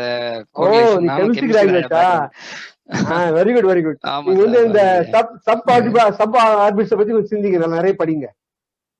இப்ப கேஷல், எல்ஷல், எம்ஷல், என்ஷல் சொல்றாங்க. கேஷல்னா ஃபர்ஸ்ட், 2வது எல், எம் சொல்லிட்டே போவாங்க. அந்த கேஷல்லயே பிஎஸ் எல்லாம் இருக்கு. ஸ்பீஷல்னா எஸ்எல்னா எஸ்பிடி, ஆர்பிட்டால்ஸ். ஆமாங்க. ஆமா, எஸ்பிடி ஒன்னொன்னுலயே இருக்கும். ஒன்னொன்னுலயே அந்த மாதிரி துணை ஆர்பிட், சப் ஆர்பிட்ஸ் இருக்கும். அதை வச்சுதான் இந்த ஃப்ரீ ரேடிகல்ஸ் கண்டுபிடிப்பாங்க. நான் வந்து ஃப்ரீ ரேடிகல்ஸ் வந்து கொஞ்சம் மேலோட்டமா சொன்னேன் இன்னைக்கு.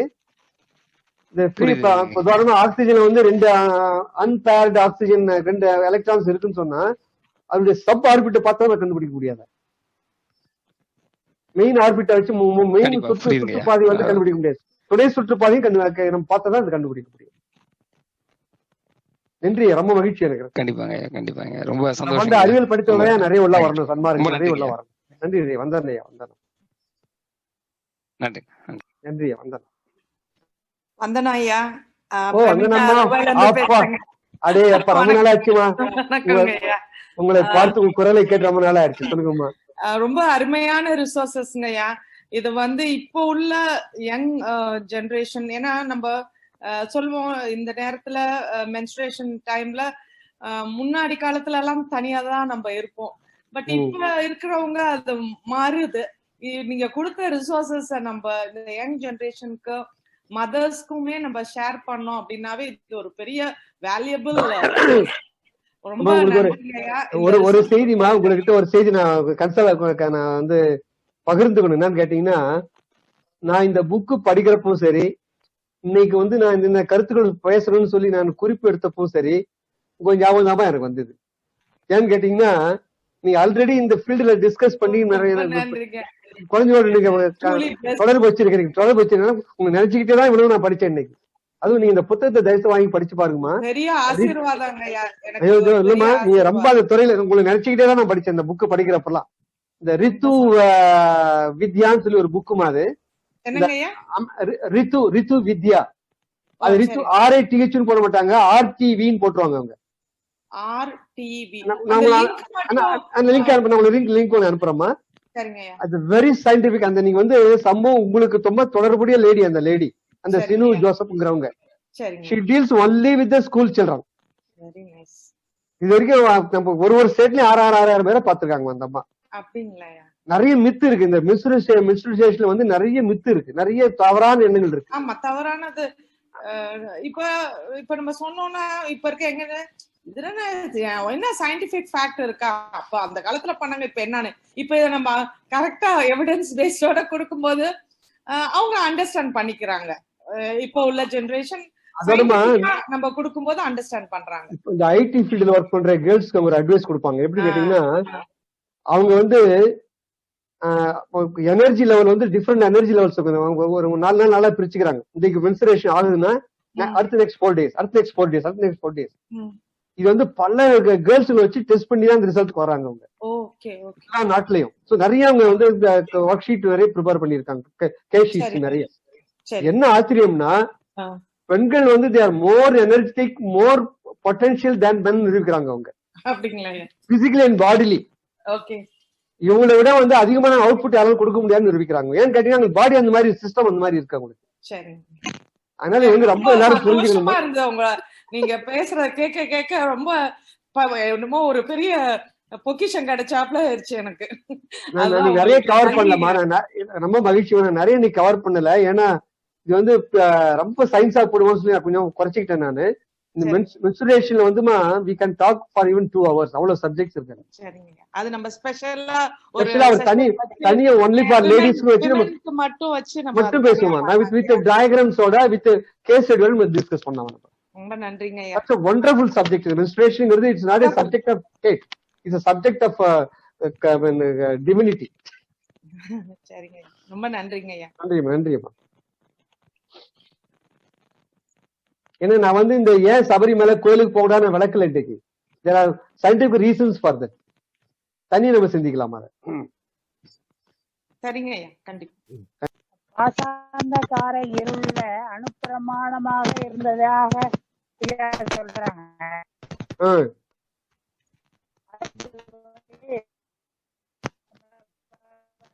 ஐயா உங்க குரல் அறுபடுது ஐயா, குரல் அறுபடுது. பாசாந்த காலத்தில் காதுல விழுந்தது எனக்கு. அதுக்கப்புறம் என்ன கேக்குறீங்க?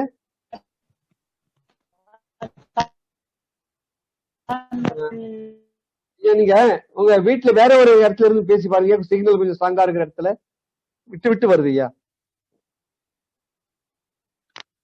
பாசாந்த காலத்தில் அதுக்கப்புறம் கேட்கல இருக்கு. வேற யாருக்கா கிளியரா கேட்டு சொல்லலாம் ஐயா அந்த கேள்விய.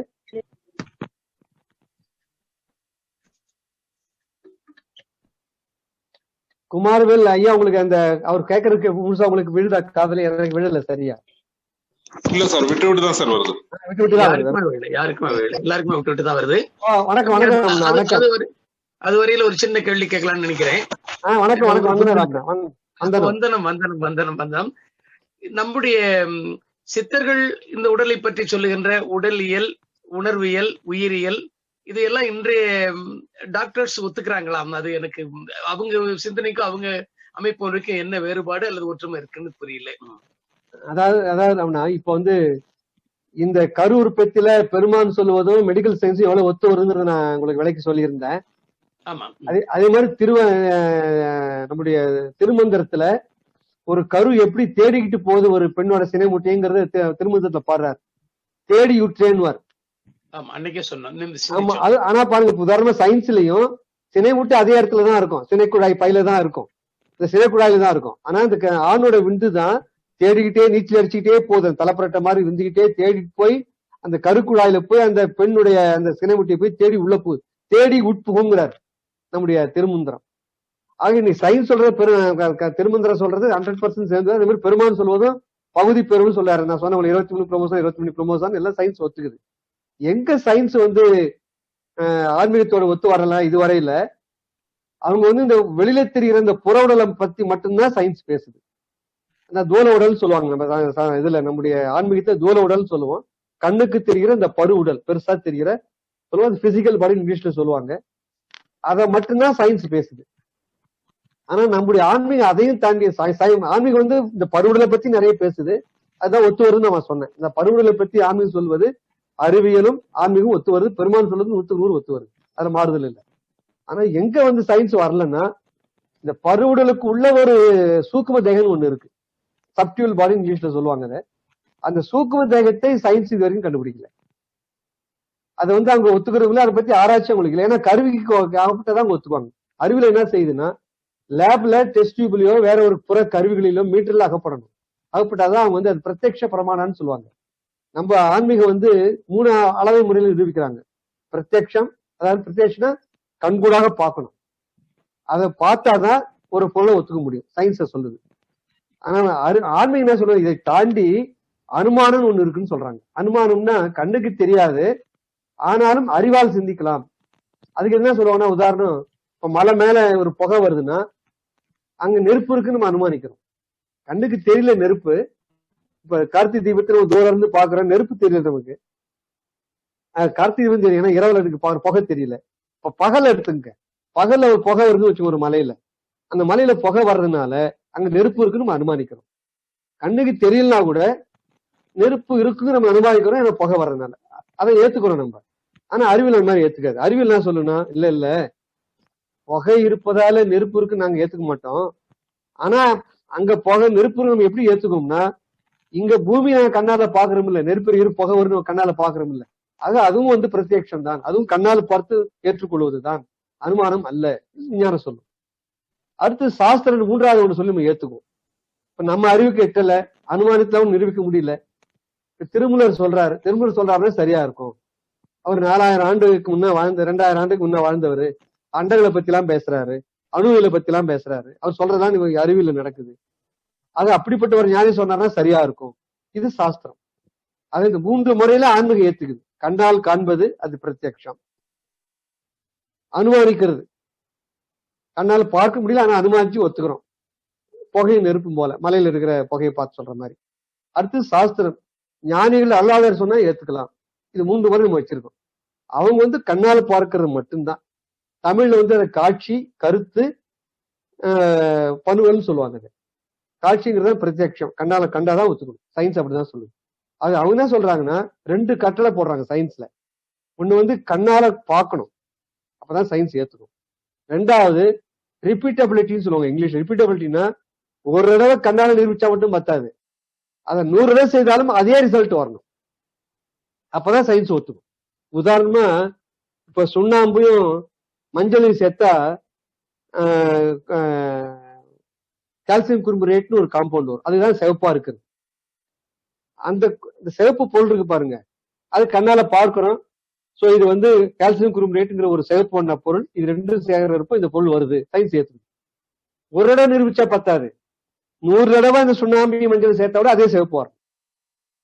அன்னைக்கு வந்து நீங்க வரலன்னா சயின்ஸ் ஏத்துக்காது.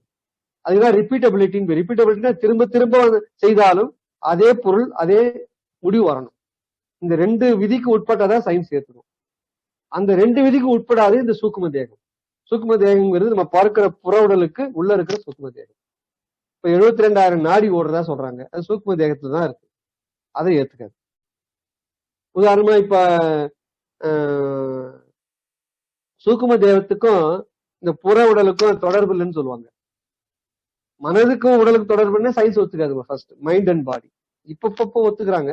உதாரணமா இப்ப தண்ணி போடுறான், ஒருத்தர் சாராயம் குடிக்கிறான், அவன் தண்ணி போட்ட உடனே அது உள்ள போய் அவன் மனம் ஏன் பேதலிக்குது? அவனுக்கு சாராயம் போட்டா உடம்புல குடல்ல போய் ஈரல்ல போய் ஏதாவது பாதிப்பு ஏற்படலாம், மயக்கமாகலாம், மயக்கடிச்சு கீழே விடலாம், அறிவு செயல்படாம போகலாம்.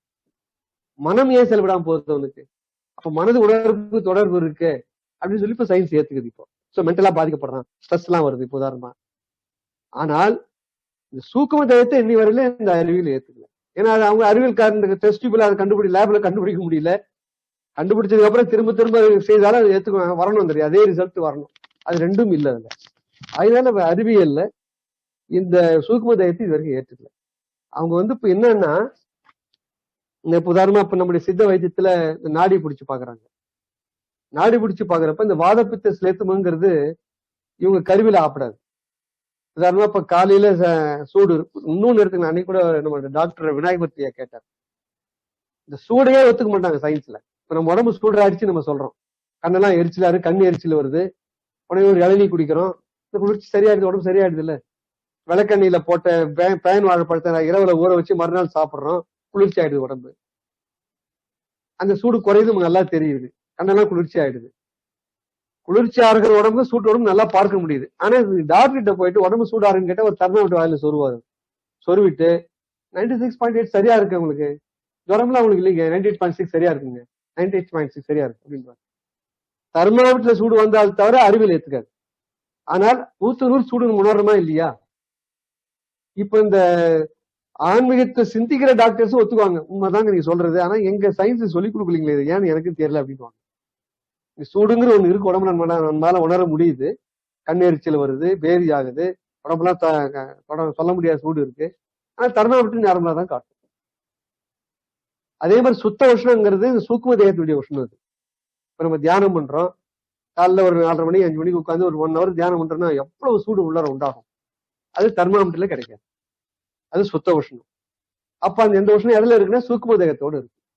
அதனால யோகிகள் ஞானம் என்ன சொல்றாங்கன்னா, சூக்கும தேகத்தின் அனுபவம் தான் ஞான அனுபவம், இந்த புற தேகத்துல இருந்து சூக்கும தேகத்துக்கு போகணும். அதான் நான் இன்னைக்கு இந்த கருத்து சிந்தனை வச்சு சிந்திக்க டைம் எல்லாம் போயிடுச்சு. அன்னமயா கோஷம்னு ஒண்ணு இருக்கு, அதை ஒத்துக்குது சயின்ஸ். உணவு சாப்பிட்டு வளருது, உடம்பு மெட்டபாலிசம் அனபாலிசம் சொல்லுவாங்க, வளர்ச்சிதை மாற்றம், வளருது, தேயுது, அழியுது, சாவுது, இனப்புடைய இனவிருத்தி பண்ணுது, இதெல்லாம் இந்த புற உடல் அன்னமயா கோஷம் பேர். அன்னத்தினால் இருக்கக்கூடிய கோஷம்னா ஒரு உடம்பு, அந்த உடம்பு.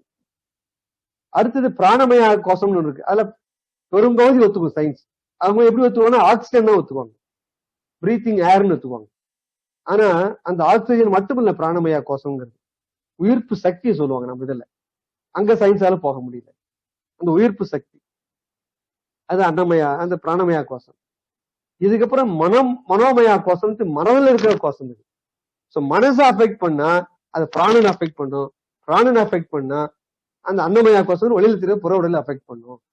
பாருங்க, அன்னமயா கோஷத்தினுடைய தொடர்பு பிராணமயா கோஷத்துல இருக்கு, பிராணமயா கோஷ தொடர்பு மனோ கோஷத்துல இருக்கு, உள்ள போயிட்டே இருக்கு. பாருங்க, இது போக போக போக என்ன ஆகுதுன்னா, இப்ப நம்ம இதெல்லாம் நம்ம சயின்ஸ்ல இல்ல, விஞ்ஞானமயா கோஷங்கிறது தான் பெஸ்ட். நம்ம எது எது செய்யக்கூடியது, செய்யக்கூடாது, எது நல்லது கெட்டது எல்லாத்தையும் ஆராய்ச்சி பண்றது நல்லது விஞ்ஞானமயா கோஷம்.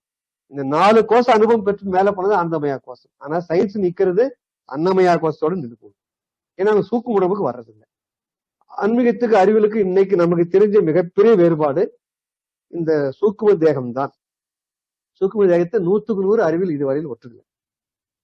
அவங்க கொஞ்சம் கொஞ்சம் கன்ஃபியூஸ் ஆகி நின்றுடுறாங்க அந்த இடத்த, அதுக்கு மேல எங்களால விளக்க முடியல. அதுக்கு ஒண்ணுதான் பெரிய வேறுபாடுறாங்க. மற்றபடி வேற நம்ம வெளிப்புறவுடலை பொறுத்தவரை அல்லாத சொல்றது அத்தனையும் சயின்ஸ் ஏத்து. பெருமாள் சொல்றதா நம்முடைய வகுப்பிலே பார்த்துட்டோம், 2, 3, 4 வகுப்பாக பார்த்திருக்கோம், எவ்வளவு ஒத்து வருதுன்னு நிறைய பார்த்திருக்கோம். நன்றி ராம். பேயம் வாழைப்பழம் விளக்கெண்ணெயில போடலாம்னு சொன்னீங்க இல்லையா, அது எப்படியா அந்த பேய வாழைப்பழத்தை வந்து உரிச்சு போட்டுறணுமா? அதாவது பெருமான் அதை சொல்லல. ஏன்னு கேட்டீங்கன்னா குளிர்ச்சி பண்றதுலாம் பெருமான் சொல்ல மாட்டாரு அல்போல. இது வந்து குளிர்ச்சி உண்டாக்குறது. இது உதாரணமா பேய வாழைப்பழத்தையா துண்டு துண்டா நறுக்கணும், சின்ன சின்ன சின்ன பீஸா பில்ல பில்லையா நறுக்கி விளக்கணியில 10 நாள் 12 நாள் ஊறணும். அது சரிங்க. அது ஊறி கொஞ்சம் ட்ரை ஆகி கொஞ்சம் கொஞ்சமா காஞ்சி நிழல வளர வச்சுன்னா நல்லா கேக்கு மாதிரி சின்ன சின்ன உருண்டை உருண்டையா பில்ல பில்லே ஆயிடும். அது இரவுல வந்து ஐயா ஒரு பில்ல 2 பில்ல வயிற்றுல போட்டுக்கிட்டீங்கன்னா மலசலம் மறுநாள் வந்து மலசலம் ரொம்ப எளிமையா போகும். கண்ணுலாம் நல்லா குளிர்ச்சியா சில்லுன்னு ஆயிடும் ஐயா. கண் சூடு கீடு கனச்சூடு எல்லாம் இருக்காது. அது பெருமான் ஏன் அது அல்பால சொல்லலைன்னா சூட்டு நோக்கிய பயணமா இருக்குது. அவர் எப்பவுமே சூட்டு நோக்கிய படத்தை சொல்லுவாரு பெருமான். குளிர்ச்சி நோக்கிய பயணமா இருக்கு. பயணம் ஆயப்படல குளிர்ச்சி நோக்கிய பயணம். பெருமான் சொல்ல அத்தனையும் சொன்ன பாருங்க, போன வாரத்துல சொன்னேன். இந்த ஆடி மாசத்துல இருந்து 1ஆம் தேதியில இருந்து மார்கழி 29 வரையில குளிர்ச்சி பயணம். அது வந்து தட்சிணாயனன்னு பேரு ஐயா. இருளும் அதிகம் குளிர்ச்சி அதிகம், பனிலாம் அப்பதான் இருக்கும். மார்கழி எல்லாம் பாருங்க பனி இருக்கும், அந்த இருளும் இருக்கும். அதனாலதான் அந்த இருளை போக்குவதற்கு உண்டான இப்ப சொக்க பனை எல்லாம் கொளுத்துவாங்க ஐயா. இந்த மாசம் கார்த்திகை மாசத்துல சொக்க பனைனா பெரிய நெருப்பு வச்சு எரிக்கிறது. ஏன்னா இருளும் போகணும் குளிரும் போகணும். அது மாதிரி கார்த்திகை விடுபுறா தீபம் ஏத்தணும், ஏன்னா இருள் போகணும். அது போல தீபாவளி இருள் போகணும், வெளி ஏத்த. அந்த இருளுக்கு உண்டானது கூட செய்திருப்பாங்க. அந்த ஃபெஸ்டிவல் அப்படிதான் இருக்கும், அந்த பண்டிகைகள்லாம். தை 1 பிறந்த உடனே எல்லாத்துக்கும் ஃபுல் ஸ்டாப். தட்சிணாயனம் முடிஞ்சு போச்சு, குளிர்ச்சி போச்சு, பனி போச்சு, இருள் போச்சு, எல்லாம் போச்சு, அஞ்ஞானம் போச்சு, இருள் போச்சு, ஒளி ஆரம்பிச்சாச்சு தை 1ஆம் தேதி. ஏன்னா இப்ப உத்தராயணம் வடக்கு நோக்கிய பயணம். அப்ப சூரியன் முழு இன்னைக்கே சூடு தாங்கல, இன்னைக்கு உஷ்ணம், இன்னைக்கு பாத்தீங்கன்னா வெயில். ஆக இதுக்கு மேல வெயில் தான் ஐயா. ஒளி நோக்கிய பயணம் நம்ம பயணம். அது உத்தராயணமே சன்மார்க்க பயணம், மற்றதெல்லாம் வந்து சன்மார்க்க பயணம் அல்லாதது. அது போல இப்ப இந்த பேயன் வாழைப்பழம்லாம் ரொம்ப நல்ல நான் புழுநரிசி தான் சொல்லுவேன். புழுங்கலரிசி வந்து ரொம்ப குளிர்ச்சி உடம்புக்கு. இப்போ வயல்ல வேலை செய்யறாங்க ஐயா, வெயிலே வேலை செய்யறான், அவனுக்கு குளிர்ச்சி தேவை. அவனுக்கு அவன் புழுநரிசி சாப்பிட்டுதான் ஆகணும். அவனுக்கு தேவை, அவன் உடனே வந்து உழைக்கிற சத்து வேணும் அவனுக்கு. அதனால அவன் என்ன பண்ற ஐயா, அது மாதிரி வச்சு புழுநரிசி சாதமா சாப்பிடுறாங்க கிராமங்கள்ல. ஆனா பெருமான் வந்து சூட்ட நோக்கிய பயணம் சன்மார்க்க பயணங்கிறதுனால அதை விட இதுல வந்து அந்த உயிர்ப்பு சக்தி பிராணசக்தி அதிகம். பச்சரிசியில சூடும் அதிகம் இல்லை. பிராணசக்தி வேணும் பெருமானுக்கு, சூடு வேணும். 2 இருந்தாதான் பெருமான் பக்கத்துல போலாம். அதனால இந்த பேய் வாழைப்பழம் வந்து உங்களுக்கு உதாரணத்துக்காக சொன்ன ஐயா. ஆனா பெருமான் வந்து அதை சொல்லல, ஏன்னா குளிர்ச்சி ஆகிடும் உடம்புங்கிறதுனால. நம்ம வந்து தியானம் தவம்னா பண்ணிக்கிட்டு ஐயா, இது குளிர்ச்சி உள்ள பொருள்களை. இப்ப தயிர் உதாரணம் இரவுல சாப்பிடக்கூடாதுன்னு சொல்றாரு பெருமான், கீரை சாப்பிடக்கூடாதுன்னு சொல்லுவார். பெருமான் மட்டும் இல்லையா, அரப்பளீஸ்வரர் சதகம்னு ஒரு நூல் இருக்கு. அரப்பளீஸ்வரர் சதகத்துல இந்த நூலை வாங்கி படிக்கணும். அதெல்லாம் வந்து புக்குகளும் யாரும் படிக்கிறது இல்லை, குழந்தைகளும் யாரும் கொடுக்கறது இல்லை. அருமையான நூல்களே அதெல்லாம். அரப்பளீஸ்வரர் நூல் எடுத்து படிச்சீங்கன்னா செய்யத்தக்கது செய்யத்தகாததுன்னு ஒரு பெரிய லிஸ்டே வரும். 15 கீழ் அரிசி கைதடி ஆசிரியர் பெரிய பாட்டம் இருக்கும், ஒரு பாட்டம். உதாரணமா உமி உள்ள அரிசி சாப்பிடக்கூடாது, தழைகள் விழுந்த தண்ணீர் குடிக்க கூடாது, எண்ணெய் தேய்ச்சிக்கிட்டு பெண் போகம் செய்யக்கூடாது, இரவுல தயிரும் கீரையும் சாப்பிடக்கூடாது. இதெல்லாம் இந்த பாட்டுல இருக்கும் ஐயா. இதெல்லாம் எவ்வளவு பெரிய ஞானம் ஐயா. இந்த மக்கள் எல்லாம் விட்டாங்க ஐயா. பெருமாள் அப்படியே எடுத்துக்கிறார். இரவுல தயிர் சாப்பிடக்கூடாது, கீரை சாப்பிடக்கூடாது, ஏன்னா குளிர்ச்சி கொடுக்கும் இல்ல. இன்னும் செய்யறது பூரா சூடு, தியானம் பண்றது பூரா சூடு, கரிசாலை சூடு, முசுமுசுக்கு சூடு, தூதுவளை சூடு, தியானம் சூடு. பெருமாள் இருக்கிற வடலூரும் பாருங்க கந்தக பூமி, நிலக்கரி பூமி. அத்தனை சூட்டையும் சரி பண்றதுக்கு ஒரே ஒரு குளிர்ச்சி, ஈரம், மனசுல ஈரம், கருணை. அது அத்தனையும் சமன்படுத்திடும். நன்றி நன்றியா நன்றியா நன்றி. வணக்கம். ஓ வணக்கம், வந்து வணக்கம்பா தம்பி. நமசிவாயம் நமசிவாயம். தம்பி கேள்வி ஒண்ணும் இல்ல, ஒரு சின்ன ஒரு பகிர்வு தான். அதாவது வேர் தி பிசிக்ஸ் எண்ட்ஸ் தி மெட்டாபிசிக்ஸ் பிகின்ஸ் சொல்லுவாங்க. எங்க விஞ்ஞானம் முடிகிறதோ அங்கதான் மெஞ்ஞானம் ஆரம்பமாகிறது அப்படின்னு. அதனால நம்ம வந்து சயின்ஸ்க்காக லிமிடேஷன்றதால நம்ம எல்லாத்தையுமே சயின்டிபிக்கா ப்ரூவ் பண்ணணும்ன்றது வந்து பார்த்தோம்னா நமக்கு வந்து நிறைய டைம் ஆகும்னு நினைக்கிறேன் நான் வந்து. அதனால வந்து நம்ம இந்த கருத்துக்கள் மிக ஆழமான கருத்துக்கள். அது வந்து முடிஞ்ச வரைக்கும் நம்ம சயின்ஸை கம்பேர் பண்ணலாம், பட் அந்த காலத்தையும் பார்த்துக்கலான்றது அந்த அந்த பேருக்கு புரியுன்றது யோசனையா இருக்குது. உண்மைதான் உண்மைதான். ரொம்ப அருமையான கருத்து பாரு. அதுதான் நம்ம வந்து இந்த சூக்கும தேகத்தை தான் பெரும்பாலும் ஆன்மீகம் ரொம்ப நம்ம அதை பின்னால வர வகுப்பெல்லாம் சூக்கும தேகத்தை பத்தி அதிகமா சிந்திக்க போறோம். இதுக்கு மேல பெருமான் சொல்லிட்டு போறோம், சூக்கும தேகத்தை அதிகமா கான்சென்ட்ரேட் பண்ணுவார். இந்த கரு உற்பத்தி உடம்பு வர வரைக்கும் தான் பெருமான் இந்த பிசிக்கல் பாடியை பத்தி பேசுறாரு. இதுக்கு மேல போற பகுதிகள்லாம் வகுப்பு இந்த இடைநிலை, மேல்நிலை, உயர்நிலை எல்லாம் சூக்கும தேகத்தை வச்சுதான் சொல்றாரு. அப்பதான் நம்ம எல்லா அருளாளரை பத்தி சிந்திக்க போறோம். திருமூலர் சொல்லாத சூக்கும தத்துவமே கிடையாது தம்பி. அவ்வளவு ஒரு ஞான கடவுள் அது. சோ அததான் பெருமான் அப்படியே எடுத்துக்கிறார். நிறைய கருத்தை திருமூலர் கருத்தை அப்படியே எடுத்துக்கிறார். இந்த சூக்கும தேகத்தை அறிவியல் கிட்ட வர்றது இல்லை. அதனால நம்ம அந்த இடத்துல நம்ம அறிவியலை பெரும்பாலும் சிந்திக்க முடியாது. பெருமான் சொல்ற இந்த அணுக்களை பத்தி எல்லாம் கொஞ்சம் சிந்திக்கலாம், அண்டவியலை பத்தி கொஞ்சம் சிந்திக்கலாம். சயின்ஸை பொறுத்தவரையில உடம்புக்குள்ள இருக்கிற சூக்ம தேகத்தை பத்தி நம்ம பெருமான் பேசுகிற பொழுது இந்த அறிவியல் கொஞ்சம் சிந்திக்க முடியாத சூழ்நிலை தான் ஏற்படும். நீ அருமையான கருத்து சொன்னீங்கப்பா, ரொம்ப நன்றி. ஐயா அருப்பெருஞ்சோதி வந்தனம் ஐயா. வந்தன ஐயா, கோபால ஐயா, வந்தன ஐயா. ஐயா இப்போ நம்ம பேசிட்டு இருக்க இந்த சப்ஜெக்ட் தான். இப்போ அறிவியலும் மெய்ஞானத்தையும் நம்ம அவ்வளவா ரிலேட் பண்ண முடியாது. இப்ப சயின்ஸ் பாத்தீங்கன்னா சுத்த தேகத்தை கூட ஒத்துக்க முடியாது. சுத்த தேகத்தை கூட யாரும் சயின்ஸ்னால ஒத்துக்க முடியாது. அதே மாதிரி பிரணவ தேகம், அதுக்கப்புறம் ஞான ஒளி தேகம். இப்ப இந்த சுத்த தேகத்தை கூட அவங்க சயின்ஸ்னால நம்மளால அவங்க ஒத்துக்க மாட்டாங்கிறாங்களே. சாப்பிடாம இருக்காம அது அப்படி இருக்க முடியாதுன்றத சயின்ஸே ஒத்துக்கிறது இல்லைங்களா? அதை பத்தி உங்களோட கருத்தை சொல்லுங்க. அதாவது ஒரே ஒரு சின்ன கருத்து அதுல, இந்த பெருமான் சொல்ற டிரான்ஸ்பர்மேஷன் ஆஃப் பாடி இருக்கு இல்லைங்கய்யா, அது transformation of physical body what we have today. இன்னைக்கு நம்ம பெற்றிருக்கிற இந்த தேகத்தை வேதிவினை அருளொளியால் என்னை வேதித்துன்னு பெருமான் சொல்லுவார் அகவல்ல. அந்த அருளொளி கொண்டு வேதித்தெல்லாம் கெமிக்கல் ரியாக்ஷன் ஐயா, அது பயோகெமிக்கல் ரியாக்ஷன். அதுல ஐயா ஒரு பார்ட் சயின்ஸ் கிட்ட போக முடியும். உதாரணமா இப்ப நம்முடைய விக்கோ காக்குங்கிறத இன்னைக்கு வேர்ல்டு ரெகனைஸ்டு சயின்டிஸ்ட் அவர் தான், விச்சு காக்குங்கிறது. அவரை கூட நம்ம அழைச்சி ஒரு நிகழ்ச்சியில பண்ணலாம்னு ஆஸ்திரேலியாவில் ட்ரை பண்ணிட்டு இருக்காங்க. என்னன்னா அவர் 1 மணி நேரத்துக்கு 25 லட்சம் ரூபாய் அவருக்கு ஃபீஸ் கொடுக்க வேண்டியது, அதுதான் ஒரே ப்ராப்ளம். அது பணம் நெகோசியேட் பண்ணிட்டு இருக்காங்க ஐயா. அவரை கொண்டு வந்துட்டோம். ஏன்னா ஏன் அவரை கூப்பிடுறாங்க ஐயா, இம்மார்டாலிட்டி, இந்த உடம்பு அழியாம இருக்க முடியுமா, இஸ் இம்மார்டாலிட்டி பாசிபிள் கேள்வி கேட்டு, S this body biologically is immortable, immortality is possible physically biologically சொல்றாரு. அவர் வந்துட்டார், சயின்ஸ் பாருங்க, சயின்டிஸ்ட் வந்துட்டார். இப்போ இந்த உடல் அழியாம இருக்க முடியுங்கிறத இன்னைக்கு வேர்ல்டுலயே மிகப்பெரிய சயின்டிஸ்ட் கிட்ட வந்துட்டார். இந்த பயாலஜிக்கல் டிரான்ஸ்பர்மேஷன் வந்துட்டார் அவர். சயின்ஸ் கொஞ்சம் இந்த பாடி டிரான்ஸ்பர்மேஷன் கிட்ட வந்துட்டு இருக்க. எங்க வர முடியாதுன்னா, உதாரணமா ஒரு ஞான தேகம் பெற்றுட்டார், கையில் பிடிப்படாமல் கண்களுக்கு அகப்படாமல் இருக்கிற தேகம். கருவிக்காக பண்ண எப்படியா சயின்ஸ் ஒத்துக்காது. ஏற்கனவே சொன்ன மாதிரியா, everything should be provable by instruments or by lab. இதுல வந்தாதான் சயின்ஸ் ஒத்துக்கும், அதை ஒத்துக்க முடியாது. உதாரணமா ஐயா, இப்ப சுத்த தேகத்தை பத்தி சொன்னீங்க ஐயா. பெருமான் சென்னையில மாசிலாமணி முதலியார் தான் ஒரு பெரிய போட்டோகிராஃபர். அவர் தான் யூரோப்பியன் பீரியட்ல. இந்த யூரோப்பியன்ஸ் அடிக்கடி டின்னர் பார்ட்டின்னு வச்சுட்டு ஒரு ரம்மு விஸ்கிலாம் அடிச்சுட்டு பார்ட்டி வச்சுக்கிட்டே இருப்பானுங்க. அங்க ஏதோ குதுகுலம் தான் வாழ்க்கையே. வரி தமிழ் மக்கள் இருந்து வரி வசூல் பண்றது, அது பூரா குடிச்சு கிடிச்சு குமால் அடிச்சு என்ஜாய் பண்றது, அதுதான் அவங்களுடைய தொழிலாளர். கிளப்ஸ் இருக்கிற கல்ச்சர் நிறைய கொண்டாந்தாங்க. அவ்வளவு கிளப்ஸ் இருக்கும், நைட் கிளப்ஸ் எல்லாம். அந்த போட்டோஸ் எடுக்கிறதுக்கு ஒரு பெரிய போட்டோகிராஃபர் ஒரு மாசிலாமணி முதலியார்னு ஒரு முதலியார் இருந்தார் சென்னையில. யூரோப்பியன்ஸ்னால அப்ரூவ்டு போட்டோகிராஃபர். அவரை கொண்டு பெருமான போட்டோ எடுக்க முயற்சி பண்ணாங்க ஐயா. ஏன்னா லோக்கல் போட்டோகிராஃபரா விடலை அப்படின்னு சொல்லிட்டு அவர் போட்டோ எடுத்தோம். பெருமான சுத்தி இருக்கிற பொருள்லாம் விழுதையா, அவர் போட்டோவில் எடுக்க முடியல.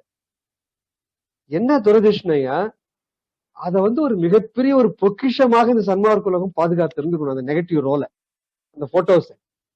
அவ்வளவு ஒரு தீர்க்க தரிசிகளோ விழிப்புணர்வு அந்த காலத்துல இல்லையா, பெருமானோட சேர்ந்தவங்க இல்லை. ஆனா அந்த நிகழ்ச்சி மட்டும் ரெக்கார்ட் பண்ணியிருக்காங்க.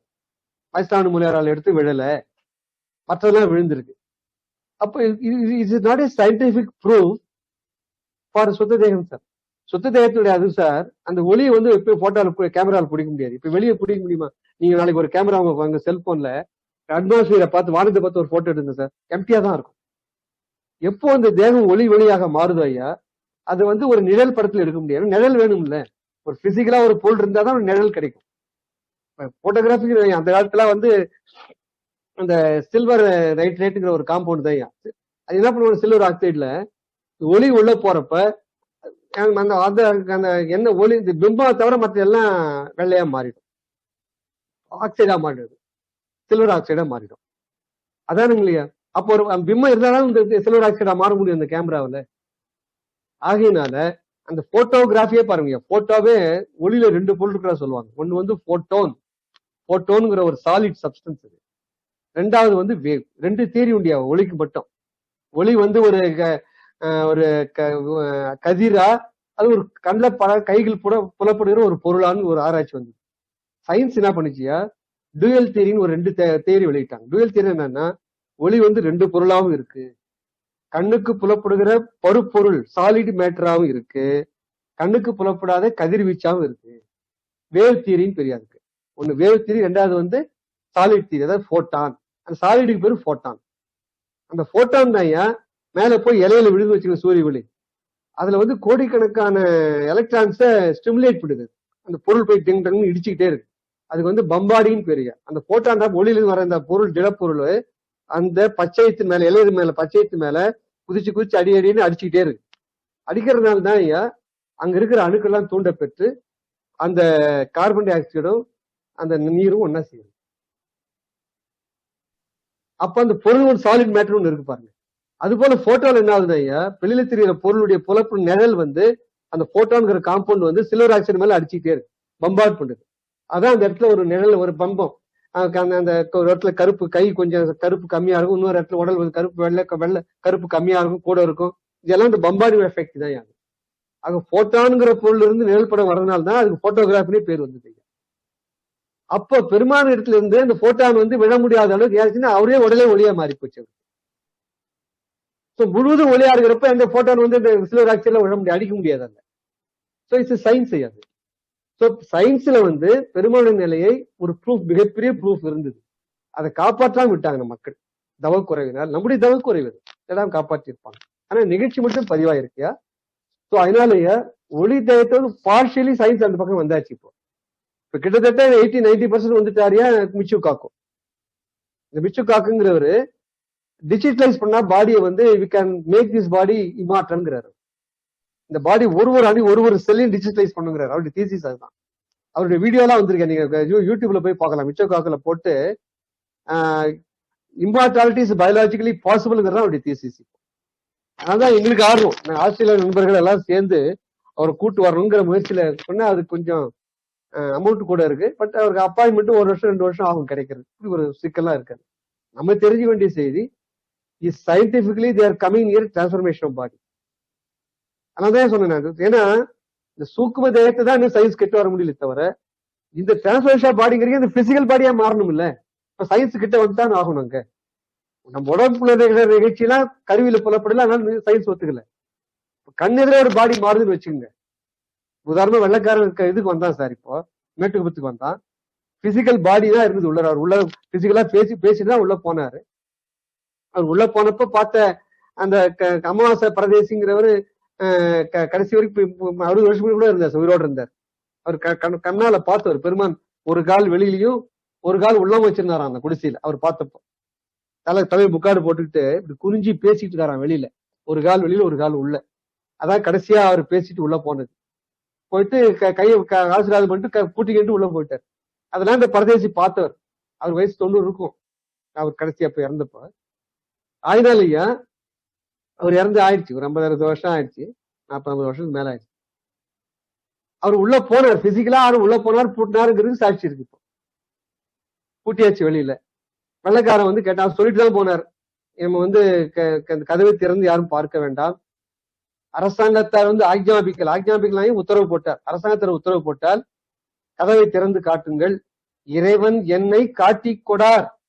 வாசகத்தை நல்லா நோக்கணும் சார். நீங்க எவ்வளவு கான்பிடன்ஸ் இருக்கணும் அவருக்கு.